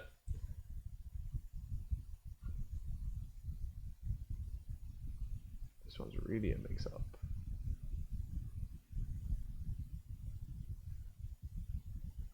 I don't know, really 16 or 17, bro. Wait, telling me. Doi Pingu Red. Go send our love to Doi Pingu. Full raid. Good luck. Peepo. Right. Lots of love, chat. Don't forget, join the Discord if you haven't already. And